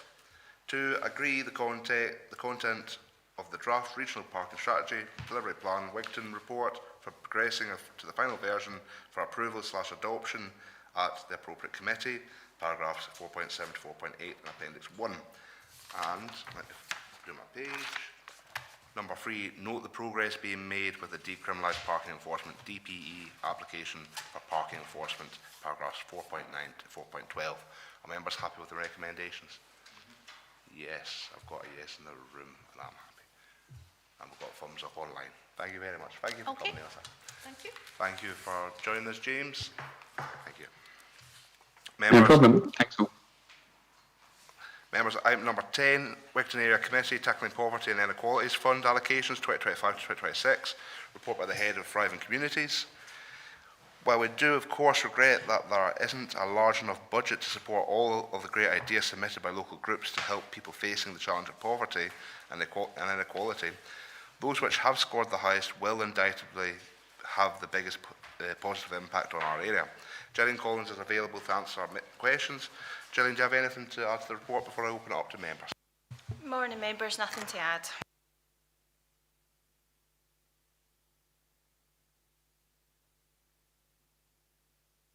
Members, any questions? Councillor Ashworth. Just to express a little bit of dismay, really, that there is so many which we're unfortunately unable to support. Particularly Sandhead Primary School Parent Council for the play park. So that's something which our council has agreed to provide them with money for, originally through the Scottish Government Play Park Renewal Fund. And the difficulty with that is because we've agreed to split the money so many ways across the region to various organisations, we're asking these groups to find match funding. This is obviously an attempt to find match funding from us, and we're unable to support them according to the recommendation. So just to put on record really the disappointment with that, but I appreciate that's because of the funding challenges with the pot. Thanks. Thanks for that, Councillor Dashbourne. Members, any other questions? Councillor Hewkin. Thank you. Just a bit of a comment. Bear with me, I've got quite a bit of notes here. So it's just to thank you for involving Youth Council with the scoring. It was really interesting. It took us about 4 hours to do, and it was really interesting to see the variety of applications that were submitted. Just a bit of things why we had said that they weren't kind of eligible. That I had a breakdown emailed to me, and some applications were flagged for possible AI. So quite a few of them were written with AI that we think, and I think they were written, and American misspellings as well. So it does kind of just show that some people were trying to be a bit sneaky, but some were really well written and had helping at the heart, which is what we as a group were looking for. So thank you for involving us. Thanks for that, Max. It's actually a really interesting question, that is the AI aspect of writing applications. Is that a criteria within our applications that we do not want AI written applications, Gillian? Also, if an application is a good application at the source or the core of what they're doing, but the people doing it are maybe short of time, they use AI to help them get to there, are we penalising folk for using AI? Just a wee bit more information on that. It's an interesting question on the back of what Max just said. Thanks, Chair, and thanks for your comments, Max. We do really appreciate the time that the youth councillors did put into scoring the applications and the whole scoring panel that took part in the process. As you can imagine, it wasn't an easy task to go through the applications that were submitted. In relation to your AI question, Chair, it was actually our youth councillors that flagged that up to the scoring panel, and that was the first sort of opportunity that had been flagged. So for the scoring panel members, scored on the basis of the applications in front of them, and it was after we sort of added all the comments in together when the youth councillors had actually flagged up that they felt there was a few applications that appeared to have used AI. Obviously that's not anything that goes against the criteria, but it was interesting to note sometimes maybe the phrasing or some of the references to the areas. I know that was flagged up on quite a few applications from the youth councillors, so certainly no impact on the application, but I think we did provide some feedback about, I mean, AI is a great tool. It absolutely supports the work that certainly organisations are doing, but maybe just to make sure that we're putting things, we're checking it over, we're making sure that things are sort of reading correctly for the area that you're applying to. No, it's an interesting one because although you don't want to do a disservice to any community, and anyone can use AI, it's an open and free tool generally, so anyone can use it. But it is the question of how do you then mark, if you've got 10 applications that are all AI generated, how can you mark 10 out of 10 applications? Because AI can be quite persuasive and can bring out every small detail. Does that add to our officer time in the sense of having to actually go through that with a fine-tooth comb to prove if actually is that eligible for this application or not? Because sometimes AI can start clutching at straws in some degrees. Kind of what I'm doing here right now, maybe. Thanks, Chair. It's certainly not a criteria that members have put in for their tackling poverty considerations. Obviously, like I said earlier, the scoring panel basically reviewed as the applications were presented to them, and the members of the scoring panel that did flag up that information when that was shared was a bit of a, oh, we never thought of that, and it's maybe something to consider for moving forward. Members, not that I'm wanting to put anything against AI, but are we worth maybe putting out a note when we're asking for applications if we would prefer not to use AI and use your own words, or is anyone bothered by it? I'm pretty malevolent on it. You're malevolent on it. No, not malevolent, sorry, I'm the, what's the word I was looking for? Can't remember, it's the wrong one. Ambivalent. Ambivalent, Councillor Justy. Yeah, thanks, Chair. I wouldn't be minded to add a condition in terms of how people present their applications. I think, you know, sometimes it can be quite difficult to verbalise what you're thinking in your head, and if there's tools which can help facilitate that, maybe that's something which we don't want to necessarily stop, because at the end of the day, the person is responsible for the words they send us, you know, regardless of how they've come about devising them. So I wouldn't be minded to add a condition, Chair. Thanks. Thank you for that, Councillor Dashwood. Councillor Marsh. Yeah, just exactly what Councillor Dashwood just said there. We can't discriminate. If someone's 40 is not writing or even writing applications for funding, then we should not be holding that against them 100%. It's a very useful tool. If what it brings out, AI, looks silly or isn't within the context of the application, then yes, that's not helpful, but we should not be downgrading someone's application if they have used such a tool. I'd just like to suggest we move to recommendations. I see no fault within the allocations on the small grants at 4.5 on page 152, nor the larger grants at table 1 on page 153. So I would move to agree the recommendations. Thank you, Chair. That's for that, Councillor Marsh, and I'll give a word update. It wasn't benevolent. Just before it goes into the press. So members, I'm happy to agree the recommendations as Councillor Marsh is. Are you happy to agree, Councillor Dashburn? Councillor Eccles is back, I'm not seeing any hands. So members, we're moving on to the recommendations. Recommendation 1, consider the application summaries and scoring panels. Recommendations are set out in Appendix 2 and detailed in paragraph 4.10. 2, note the priorities, eligibility and criteria as detailed in Appendix 1. And 3, agree awards to be made as appropriate. And members are all happy to agree. And we've got a mover, second and all that. So members, moving on to item number 11, Wigtown Area Committee Programme of Community Engagement 2025-2026. Report by the Head of Private Communities. Again, this was an outcome of the review of area. Again, this was an outcome of the review of area committees, and is a positive development which will allow us to collectively to hear from the people we serve in a different way and complementing our individual arrangements and council-wide engagement. Kirsty Peden is available to answer questions. Kirsty, do you have anything to add before we go to members? Nothing to add, thanks, Chair. Thank you, Kirsty. Members?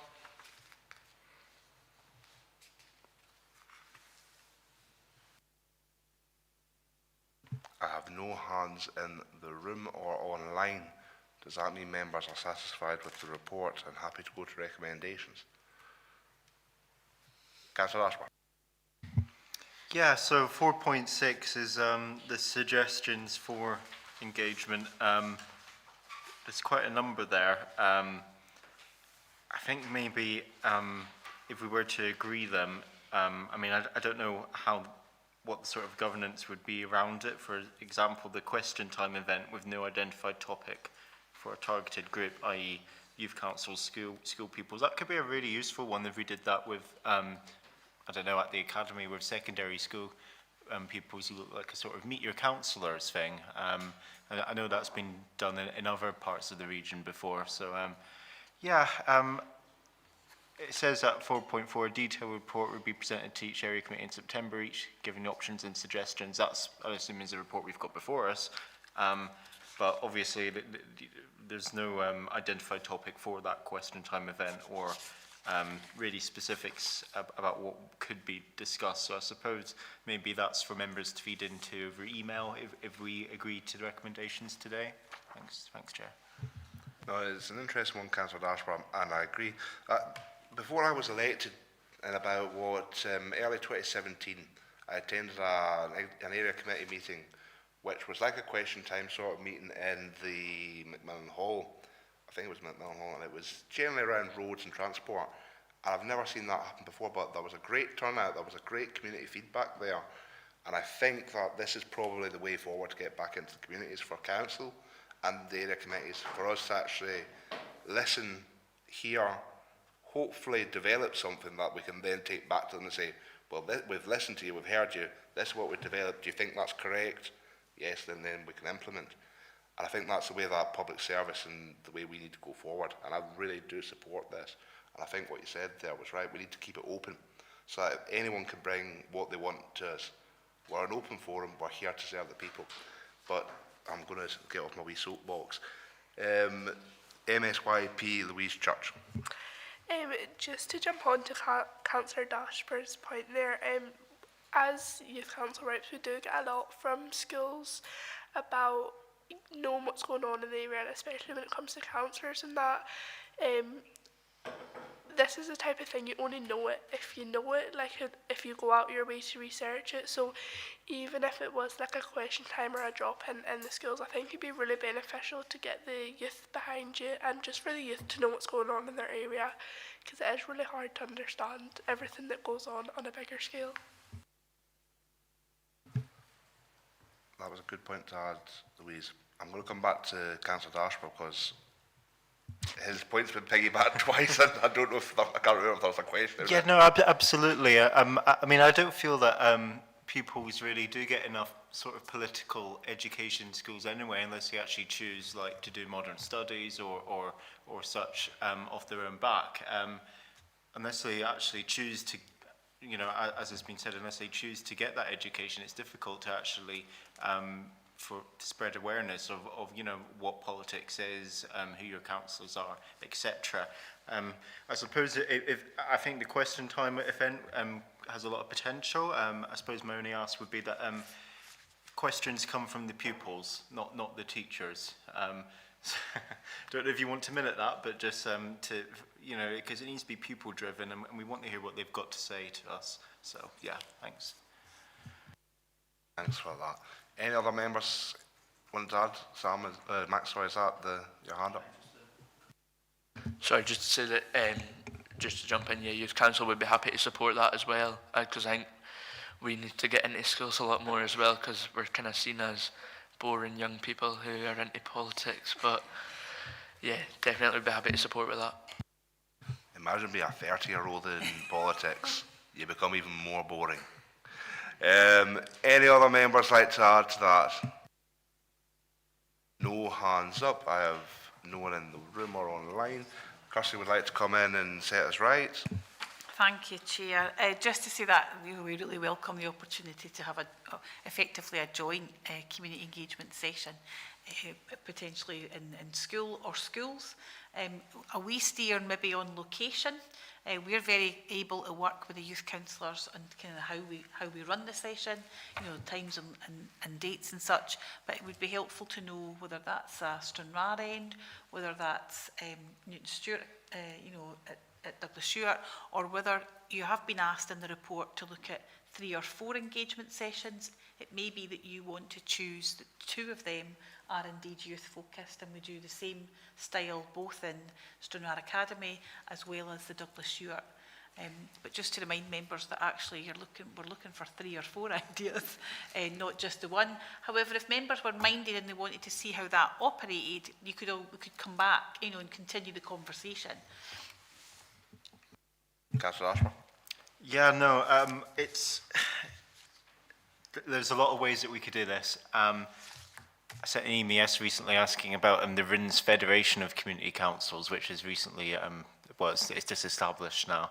And that was a sort of format for all the community councils to come together and obviously as ward members we could be there. Looking at the presentation and question Q&A session, which could be for community councils. So, you know, I mean, because we don't have the RINS Federation anymore, maybe it is worth pursuing this one with all the community councils locally again, to actually have just a one-off standardised event for all community councils to attend sort of the RINS Federation, but without calling it that, I guess. Thank you. I get complete what you're saying, Councillor Dashbar. So it's inviting these community councils and even groups to meet with us as their councils and their area committee and formalise it as they're meeting with us. It's not their meeting. So there's no onus on them to then make a chairman, have a secretary, etc. It's our meeting. It's for you to come to us, and you're probably going to collaborate on what you. Well, there's probably going to be some collaboration of what the issues you have, and it's a way of maybe focusing and saying, actually, the biggest issue in the rural area is, I don't know, camper vans, for example. I know that's one that we've been down, but that's an example. And it allows them to really bring that to our focus. So no, I think that's maybe a good idea. If we go to the community councils, I don't know how we do it though. Do we split it between Ward 1 and 2, or do we have some kind of bigger event? I think if you've got folk, these folk will be able to drive. I think if there's a bigger event, it'll probably be more impactful. Yeah, because if you only open up to Ward 1, if there's a low turnout and you've only got 5 or 6 people there, you might not have the community impact that you maybe want. If you made it more region-wide in the central region as in Wigtownshire, you're maybe going to have a more impactful event, but I'll let other members come in on that. I'm going to bring in Councillor Davy Inglis and then Ben Dashper. Councillor. Thank you, Chair. Yeah, I'm getting intermittent signal. It should be better now.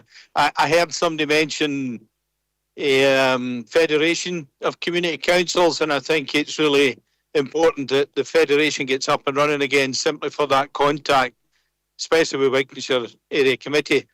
It could be the Wigtownshire Federation of Community Councils, not necessarily Ward 1 and 2.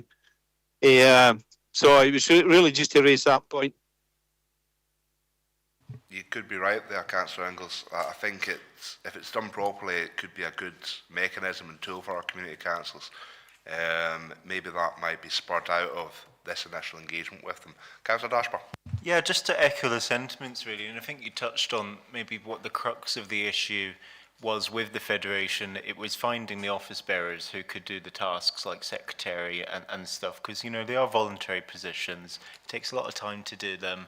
And I think maybe if we could have that format without putting the onus on specific members of the community to step up and do organisational roles, so we can have the conversation without putting responsibilities on them, and I think that would maybe encourage them to actually get involved more. In regards to the size or the locations, I know recently that the NHS have been having drop-in meetings about doctors locally, and they've chosen Newton Stewart as the location. So I got a lot of people saying, why is it in Newton Stewart and not Stranraer? So, you know, we like to come to this area committee, and it is one big Wigtownshire area, but there are a lot of people in Stranraer who just don't want to go to Newton Stewart, and it does seem far away for something which they do off their own back and optionally, like this format. So I'd be minded personally to have Ward 1 and Ward 2, just because I think that would encourage people to, they're more likely to come if they don't need to travel quite as far, in my view anyway. For the secondary schools, same again, I would have one in both schools, so we can come to the pupils in both schools. Yeah. I'm happy with the secondary school one. For the community councils, perhaps maybe 2 separate ones we'll maybe have to discuss that, or go out to the community councils and ask them what they think would be beneficial for them. We can meet in Glenluce, make use of the hall. Councillor Inglis, are you looking to come back in? Yeah, experience tells us that a federation in Ward 1 and a federation in Ward 2 doesn't last very long. I think if we're going to revisit the federation setup, then I think it would be better as a Wigtownshire federation. And previously, when we tried to get Ward 2 up and running again, yeah, there was an issue regarding chairing and vice chairing. But I put forward a proposal that a community council would chair the federation for a year, and then it would move on to another community council. That way they've got a chair, a vice chair and a minute secretary already in place. Given it's only 2 or 3 meetings a year, you know, it's not too onerous for the community councils. That was it. That was my point on federations. Thanks. Thanks for that, Councillor Inglis. I don't think that's a part of our discussion today, but I think you're maybe onto a winner there. Kirsty, would you like to come in? Maybe just to reassure members that the coming together of community councils is a regular feature of our kind of development plan, and we are happy to support and encourage federations, networks, whatever term they choose to use. But that collection of community councils coming together for many reasons is something we would seek to encourage, and I think it's very creative of the area committee to use one of your options, or two of your options, if you like, for your community engagement programme to include that. And I do agree it may be easier for them as community councillors, if we're doing the organising and the arranging and the inviting, to be able to participate fully in that, and fingers crossed, you know, we can encourage them to do so. The steer, it would be helpful, members, whether you want that on the Wigtownshire or the Ward 1 and 2, just because that will help you know, officers to be able to make the necessary arrangements. And I understand that this is the first chance at it. We can adapt and change as we go, a bit like the performance indicators you spoke about earlier. So, members, I think we've got a sort of idea in our mind, is that we want to do one in Newton Stewart, in the Douglas Yard, and one in Stranraer Academy, and that, I think, is an absolute given, that we treat them separately. So then our next question is, do we treat the community councils, and are we limiting it to community councils, or are we opening it up further to community groups? I'm looking at the last suggestion, Chair, which is a roundtable event with organisations who have been involved in like place planning initiatives. Certainly yesterday at Economy and Infrastructure Committee, councillors formally agreed the Stranraer Place Plan funds for the Town Centre Living Fund and the Dix Hill Hub, which have been delivered by Stranraer Development Trust. So I don't know if perhaps a roundtable with the Development Trust to talk about the political direction that we give locally and their on the ground direction in terms of community engagement on delivering these initiatives would be fruitful. Chair. I'm very, very supportive of roundtable discussions with local trusts and that. I think Gillian's head's been busted enough by me saying it. I would be very happy for us to go and have roundtable meetings with these organisations that are doing work, and quite significant works in the towns, with significant pots of money. And a lot of them have got a council aspect to them where we do have political leadership roles in it. And it's exactly as Councillor Ashworth just said, it might be worth us having that discussion with them of, well, we are on the committee, we've agreed this, and we're not here to tell you how to do it, but we'd like to be involved with, well, how are you doing it, and do you need any help at a political level with it? I think that's absolutely key to what an area committee and local members are supposed to do. So I'm happy to take that. But that's taken separately to the issue at hand of, do we have community councils in one or in two sections? I'm throwing quite a lot at you, Chair. I'm conscious of that, but it's yeah, I think that's a separate suggestion. So there's 4 points in the papers there. I think we've got 3 maybe so far. We've got the schools, we've got the community council engagement, and we've got development trust, local organisations. And do we do a question time for normal citizens, just the general public, as is here? Are we thinking about that, or? I'll bring Councillor Marsh in just while Councillor Ashburgh's having a wee thing. Thank you, Chair. No, I would suggest that trying to incorporate something with the Federation of Community Councils, as officer have just said, is vitally important. We could do one in Ward 2, do one in Ward 1, and then make the suggestion, we feel that combining your forces as a Wigtownshire Federation would be much more useful, and then take feedback from the individual meetings with the Ward 1 and Ward 2 federations. How about that for an option? That's right, Councillor Marsh. So, members, coming to the crux of this, we're happy to do the 2 schools independently. We're happy to have the roundtable meetings with individual organisations, with probably a more focus on what they're doing under their organisation and going into a deep dive with them. We're happy to do that. And then it's on the community councils. From what I got there, Councillor Marsh, initially go to each Ward 1 and 2 separately with an aim to bring them together and have a full meeting with the community councils from the whole of Wigtownshire. Did I catch that right?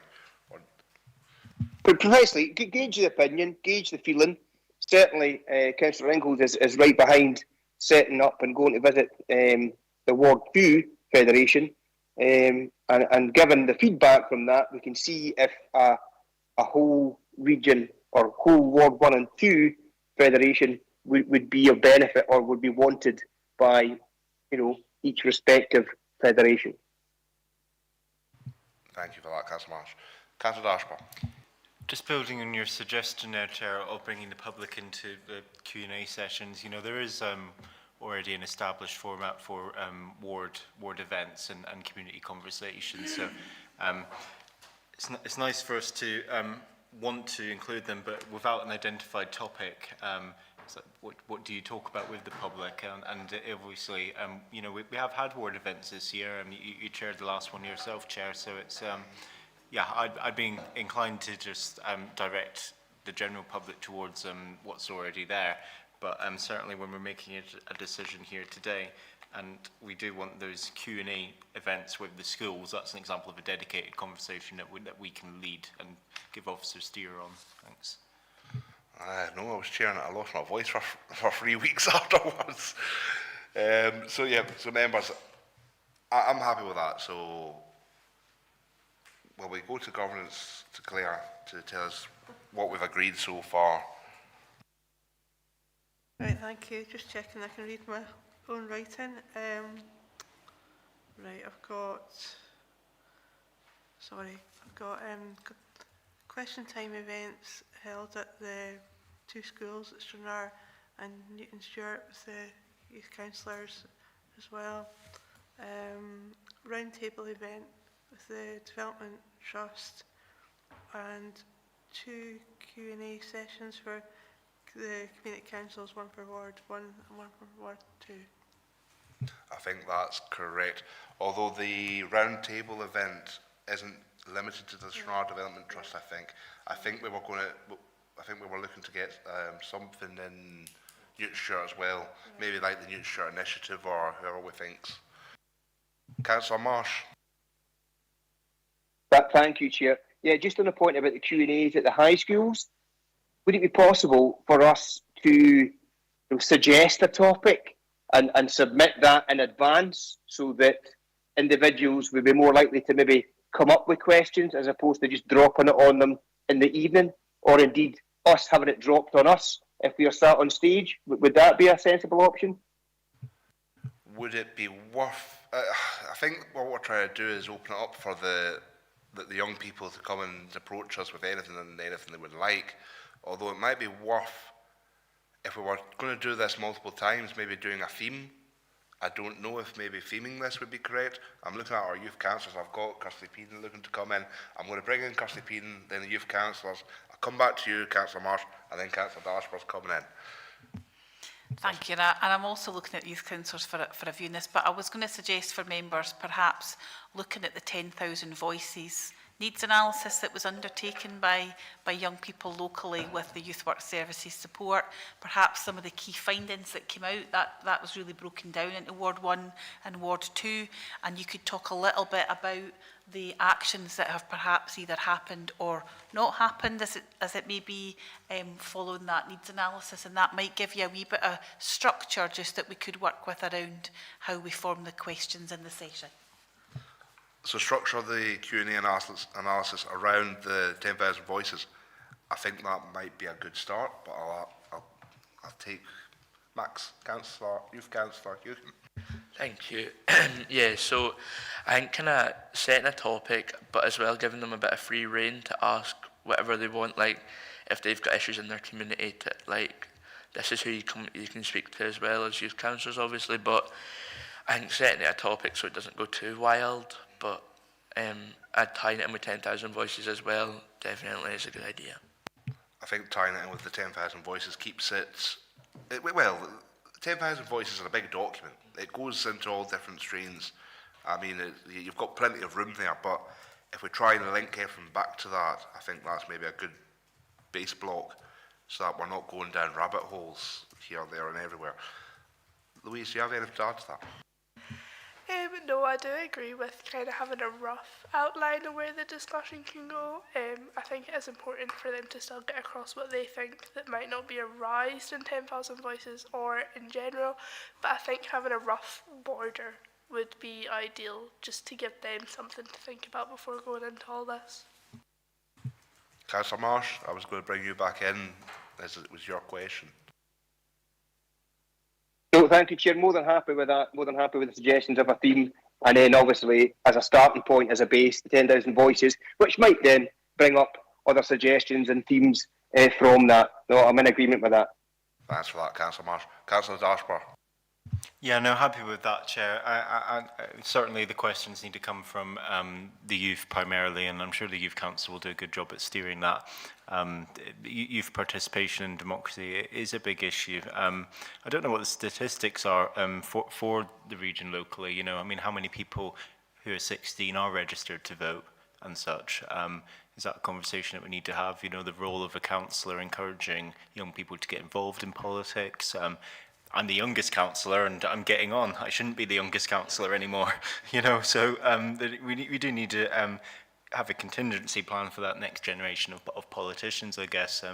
I've seen in reports that up to a third of elected councillors could be retiring at the next election, so it's, yeah, we need that next generation, and thanks, Chair. At this rate, Councillor Dashbar, I think I'll be retiring. There was a point in time when I thought I was going to be the youngest councillor in the recent Galloway Council at the same age as you, 22, but Adam Wilson slipped me by about, what, 11 months, I think. So I never had that that crown. Councillor Hewan. Yeah, also like tying it in with like obviously the roles of a councillor as well. Just depending on the kind of timing of it, we've got youth council elections coming up as well. So tying it in and like giving them a kind of insight on what we do as well, try to encourage young people to get into it, because I don't think we've got very good numbers, but hopefully going out into schools we can get a bit more engagement done. And I've got an idea, maybe to give my voice a rest at that meeting. The Youth Council can chair it. There we go, members. There we go. I think we've got an idea of what we would like. When it comes to a roundtable meeting, I think the Stranraer Development Trust are definitely someone to meet with. Actually, being honest, I need to declare an interest in that because I am a member of the Stranraer Development Trust, so I've got a straight no connection there. It's the fact that they were just brought up, but I don't think we're doing anything out of peace here.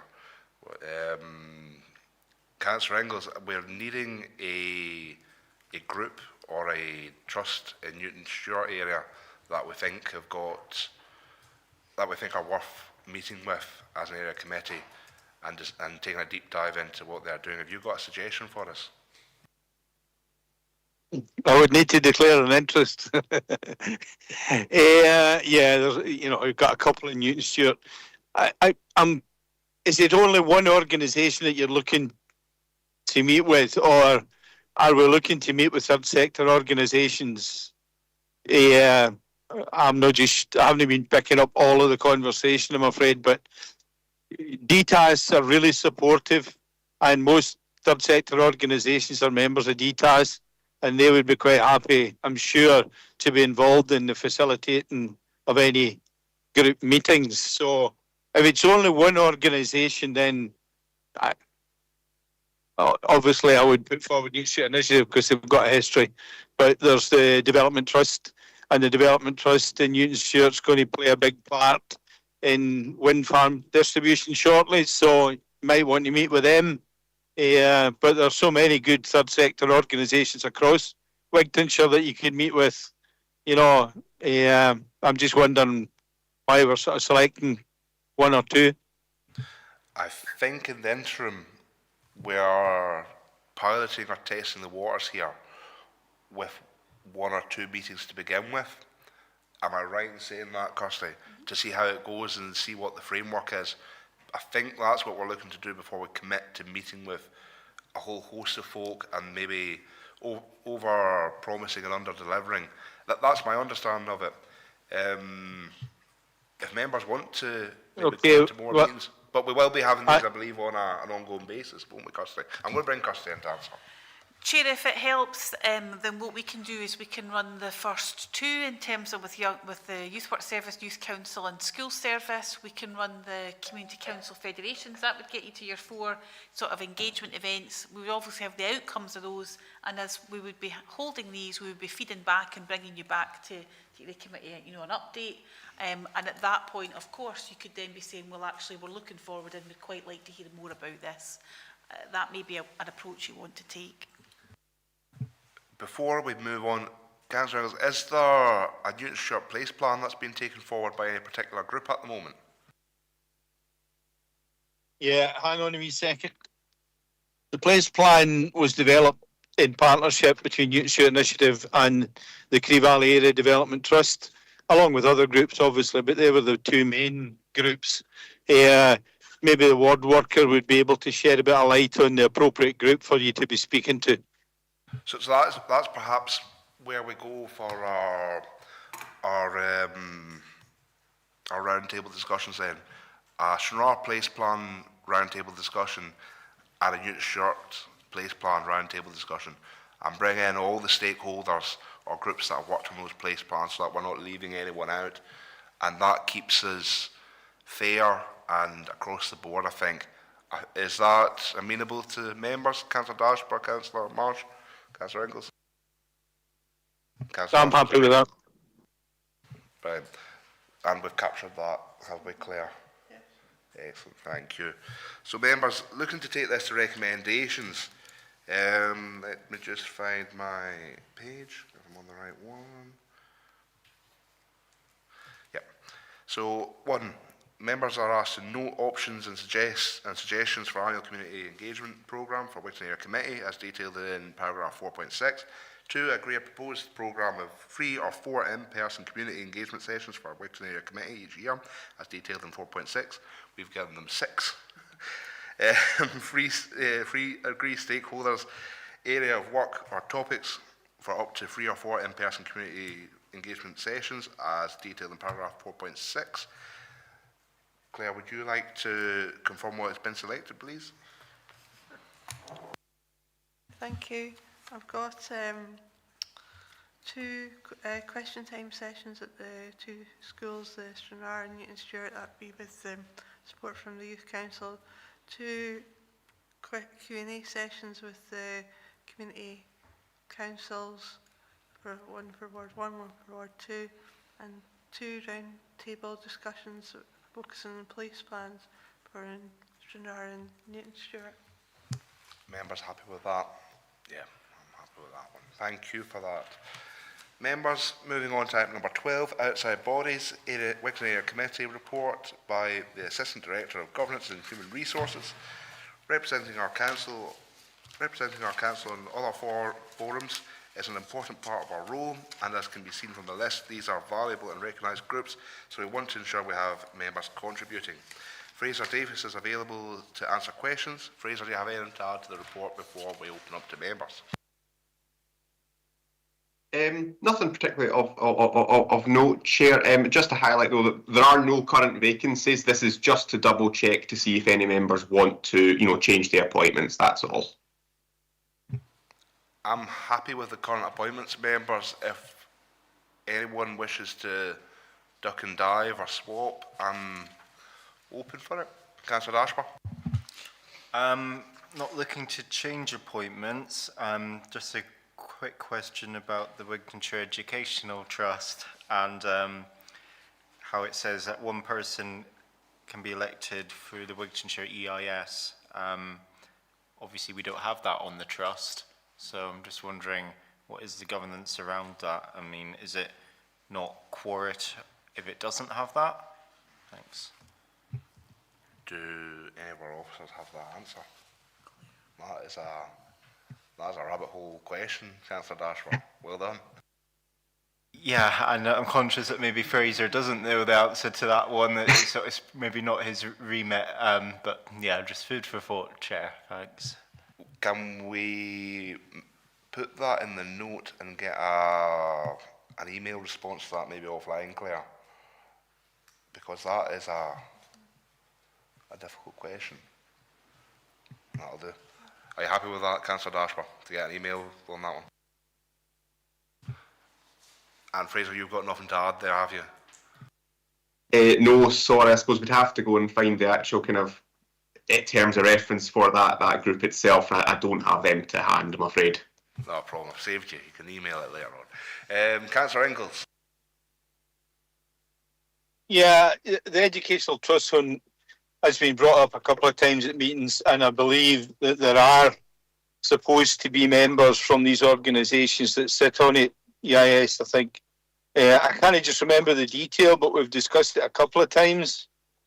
So we should be getting somewhere with that one. I think there was a question around the quorum, I think, which is what Ben was alluding to, if they're not there. So I think we need to have a look at that one. A couple of points on, if you look at the recommendations, 2.1, Macker's Action is no longer in business. So that can come out. Newton Stewart Museum Trust, I'm happy to remain on that. 2.4, the Wigtown Bay Nature Reserve Management Committee. I'm on that. I've never been invited to meet and never hear anything from them. So I don't know whether we should reach out to that organisation and find out if they still want to be an outside body. And if they do, what representation they require. And I think everything else, I think I'm quite happy with, Chair. Thanks for that, Councillor Ingalls. I think for that, I'll ask Kirsty, can we remove Macker's Action Limited at this point, at this juncture? I think if Councillor Ingalls' advice is currently that they are no longer a functioning organisation, then yes, my assumption, and I would seek for Fraser's guidance on that, would be that we no longer have a representative on their board or management committee, and therefore they should and could and should be removed from the list of outside body representatives. Fraser? Yes, their committee can choose to remove an outside body from the list. We'll double check things just to make 100% certain that it is definitely no longer active. I'm sure Councillor Ingalls is correct, but just to double check, make sure that's right. And yeah, we can remove it from the list of outside bodies. That's not a problem. That's great, thank you. Chair, just for your guidance, and also if Councillor Ingalls, if you think that the Wigtown Bay Nature Reserve Management Committee is either operating or indeed communicating, then I think that's probably worth exploring also, Fraser, if that's possible. Yep. Yeah, can double check with that one as well. Thanks for that, Fraser. Yeah, I'd like to look at that one, Chair, because it's quite an important outside body. And it's important that there is somebody from the council sits on that. But as I say, I've never had any invites to their meetings. I think I've only been to one since I was appointed, which is a good number of years ago. No problem, Councillor Ingalls. Do we have any other comments, members? Councillor Dashmore? I don't know if you've spoken to Councillor Hill, Chair, but I assume she's content. She's not in the meeting, obviously, but I assume she's content with remaining on her bodies. Thanks. I've had no communication regarding this report from her. So, members. She's happy, Chair. Councillor Ingalls, sorry. Sorry to jump in. She's happy to stay on that. Thanks for that, Councillor Ingalls. Claire? I just wanted to say I understand that there's a report being presented to the Educational Trust as there's been some work done with legal services around the trust deed, so that may provide some of the answers to questions. Thanks for that, Claire. So, members, moving on to the recommendations. I see no hands up before I go to the recommendations. Let's see, members are asked Sorry, Chair, can I come in? Oh, Councillor Ingalls. Sorry to come back in. It's on the Educational Trust. Ben has quite rightly flagged this up because during our deliberations recently, there was question marks around whether we could actually take decisions at meetings because of the number of people that's meant to be at the meetings and the number of members we had sitting on it. So, yeah, I think that one needs to be ironed out fairly quickly if we can. Thank you, Councillor Ingalls. Thanks, sir. I don't think we've got anyone who can answer the questions on the wet today, but we do need to chase this up. We need to get a wet that's actually fit for purpose and can work. Councillor Dashbar? Yeah, so the next meeting of the wet is relatively soon. However, I think what Councillor Ingalls alluded to is quite right. Will we be quorate? We have struggled with that, and we can't really make decisions or even look at the governance of the wet without being quorate in the first instance, which is proving to be a bit of a problem lately. And obviously we've just got one of our members resigning and stepping down, so that will, I assume, affect our quorum number. Thanks. That's right, Councillor Dashbar. So members, I'm going to move to the recommendations now. Members are asked to note the current appointments to outside bodies and advise of any amendments. Are members happy to note or advise of any amendments? I've had no amendments so far. Councillor Ingalls? Noted. Noted. Thank you, members. Claire? Just to confirm that the marker's action will be getting removed from the scheme, subject to some checking. Subject to some checking, yes, that's correct, Claire, thank you. Members, item 13, any other business deemed urgent by the Chair due for a decision? I have had no business brought to me. But members, if you hang on for a wee second, today is a significant day. It's one of the final area committees before Councillor Scobie, one of our colleagues, retires. And I think that we, as a committee, need to owe him a great bit of gratitude. Councillor Scobie's done a lot for the people of Stranraer over his years as a councillor. He's achieved a lot, he's fought a lot, he's banged his head against the wall a lot when it's come to some things, but I think in general he's been a force for good for the people of Stranraer. He's been fierce in his advocacy for folk that don't have a voice. It's a shame that he's not with us today, but I would like to wish him well in his retirement and his bowling career that he seems to be going on to. Lawn bowling, not the stripy shirt bowling. Do any other members have anything they would like to add on Wally's retirement? Councillor Dashbar. But just to echo your comments, Chair, I think that sentiment was right on the head. So, thanks, Chair. Thank you, Councillor Dashbar. Councillor Ingalls. Yeah, I have to say, I've always, may not always agree with Willie, but I've always admired his tenacity and the amount of work he puts in for his constituents. And I think Willie was a councillor that everybody could learn from, and he'll be a sad loss to Stranraer, I'm sure he will, and I wish him all the best. That's right, Councillor Ingalls. Thanks a lot, Councillor Dashbar. So members, that is the area committee wrapped up for another day.